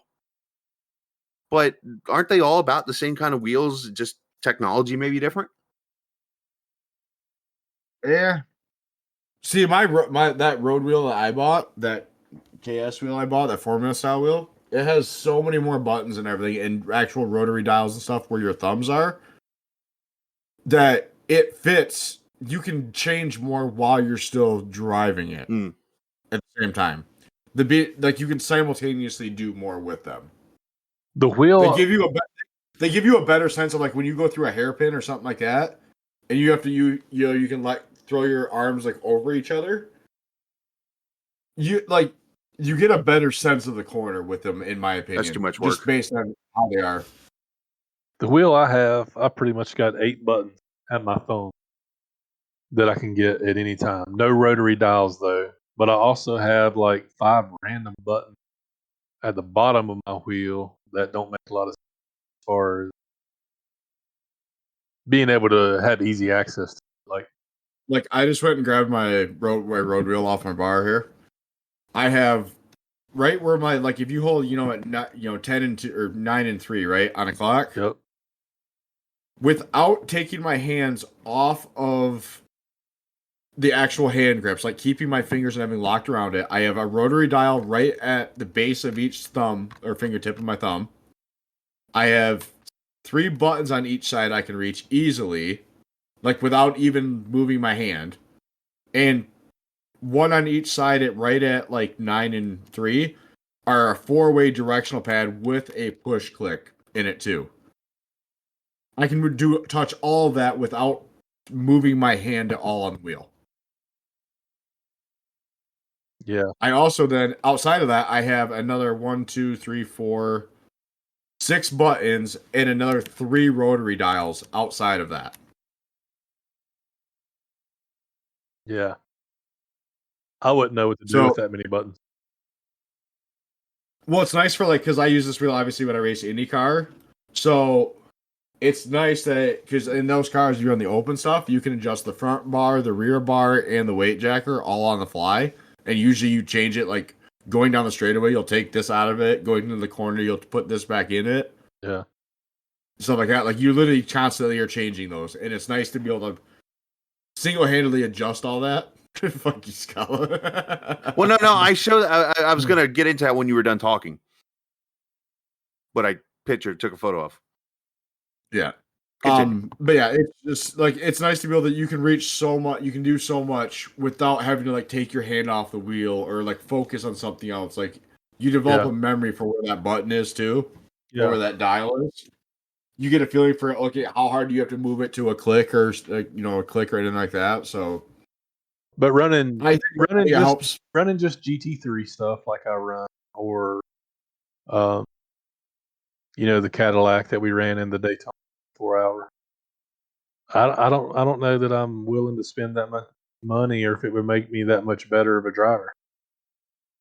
Well, in those cars, you can change traction control, ABS, braking percentage, fuel map. There's 7 or 8 different things you could change in there, all of which would probably help. Yeah. Yeah. Think about this for outside of sim racing. There's a reason those cars all have the style wheels they do. Oh yeah. Why don't they run a NASCAR style wheel? You know? No, I get fair. that. And I mean, you know, if I had a GT3 car sitting in my driveway, I'd probably have the correct wheel for it. But sitting in my home behind a computer screen, I don't know that it makes that much difference as far as my driving ability. I don't know. I guess that's the question I'm asking. Like, There does it? was a while I ran ovals with a Formula style GT car wheel. Explains a All lot. right. So let me rephrase the question this way then. Okay, I agree with you 100% as far as functionality, buttons, changing, driving, doing whatever. What about just the physical ability to turn the wheel and get the car around the track? Do you think it makes a difference? Yes, especially in tighter corners. I 100% think it does. Okay. I don't really have a good answer for that because I'm about as novice as you are on road racing. Yeah. As somebody who does a lot of road racing, and like you can Fontaine has a Formula wheel too. You can ask. Yeah, he him might be too. the one to ask. Yeah, him or yeah. The tighter corners make it way easier because there's a lot of corners where like you have to put the wheel completely upside down. Right. Well, easier? I think Dean was the complete opposite. He was racing. I think he was racing oval track with a Formula One wheel, and we finally convinced him to buy actual oval track wheel. That's so. Yep. Luke Daniels is the same way. He only owns a Formula style wheel. Maybe that's a Texas thing. I actually used to only race. At first, I think it was a Dean deal. Now I'm like, man, that's a Texas thing. Nope, I used to race with a Formula style wheel. So the photo I shared on in our chat for Telder, you're not seeing this, Dalton, is I saw this on TikTok yesterday for the first time. And when you guys started talking about different wheels, this clicked in my head. Apparently, there's a way where, like, if you were playing, say, the F1 game on PlayStation or whatever, they actually have a contraption you can stick on the controller. And it's a wheel that you literally use your thumbs that kind of, I guess they cover up the joysticks and they turns the car with the wheel using your joysticks or something. Yeah, it allows you to I've used one. I'm like, what? I've never seen one of those before. That's why I posted that photo to sit there and be like, that was a lot of people that play iRacing with a controller use that. I know a guy named Andrew. Never mind. I'm pretty sure I've seen what you're talking about. Anyways, I've seen. Here, I'll share this with you. Like an ABS plastic style thing that just clips onto the joystick and you can rotate it with your thumbs. I've never seen one of those till I was on TikTok yesterday, just randomly. I was like, wait, what is this? So either way, hopefully I answered your question. There you go. So, all right, I guess that's it, right? We get ready for next week. See Cup Cars at Atlanta. IndyCar still a couple weeks out. Yeah. Formula One, I believe, is a month out. Yeah. I believe. Yeah. So a lot of NASCAR season's underway. And of course we got plenty of league racing to cover and so on and so forth. So Dalton, we appreciate it, man. That was fun to talk about and look forward to getting back on track. 2 weeks? I think we're back at the Daytona race. I think there's one coming or something that they actually have me broadcasting. So yeah, guys, I appreciate the invite. Enjoyed it as always. All right, man. Go. Thank you, sir, for joining us here. Good job. Yeah. Hey, it's good to talk to you again, Telder. It's been a little bit. Well, if you come hang out in the fucking treehouse once in a while. Here's the thing. All right. Here's the thing. I'm old. I'm tired, and when the off season's on, I crank it up one time a week, and that's about it. That's fair. And the off season for GLSR is like 3 weeks, so it ain't much time. I just want my name changed. I think I'm more than KJD2's third driver or something, whatever you had. Well, in fairness, recently Telder changed everything to like gym class in there, so it's like your last name only. No, your name is just J Dalton too. There you go. your Discord name. Okay. I might make an appearance again. Like if you come in there once in a while, I would realize your name wasn't changed. But Oh boy. Oh man. Yeah. But no, All right, guys. right, Enjoyed it. Y'all have a great night. absolutely, you do the same, man. Appreciate it. Jason Dalton joining us here this evening. Make sure you give the Captain Esports Network a follow on Facebook, Twitter, and TikTok. I'm on there. I don't post many videos, but Telder, what's your socials? I don't really have any, to be That don't honest. surprise me. He doesn't know. I don't have Twitter. You're on Facebook. Yeah, but I haven't posted anything on there in 3 years. I haven't posted anything on my Instagram in 5 years. I don't use them. All right. So don't follow Telder anywhere. So just follow the captain. There you go. Twitch TV /M_Telder. I forgot we have that going. So go follow me on He Twitch. is a partner of the Twitch now. So congrats on that, by the way. Follow Stephen Miles wherever Stephen Miles gets followed outside of in a race, because you're usually following him if you're on the track with him. So other Facts. Am I wrong? Facts are facts. I mean, I'm not wrong in this case. So everyone remember, it's not just a podcast. It's Skala. See ya. Yep. This copyrighted broadcast may not be reproduced, reused, or retransmitted in any form without the authorized written consent of Captain Esports Network. Captain would like to thank all of his loyal fans for your continued support, and he hopes you enjoyed today's broadcast.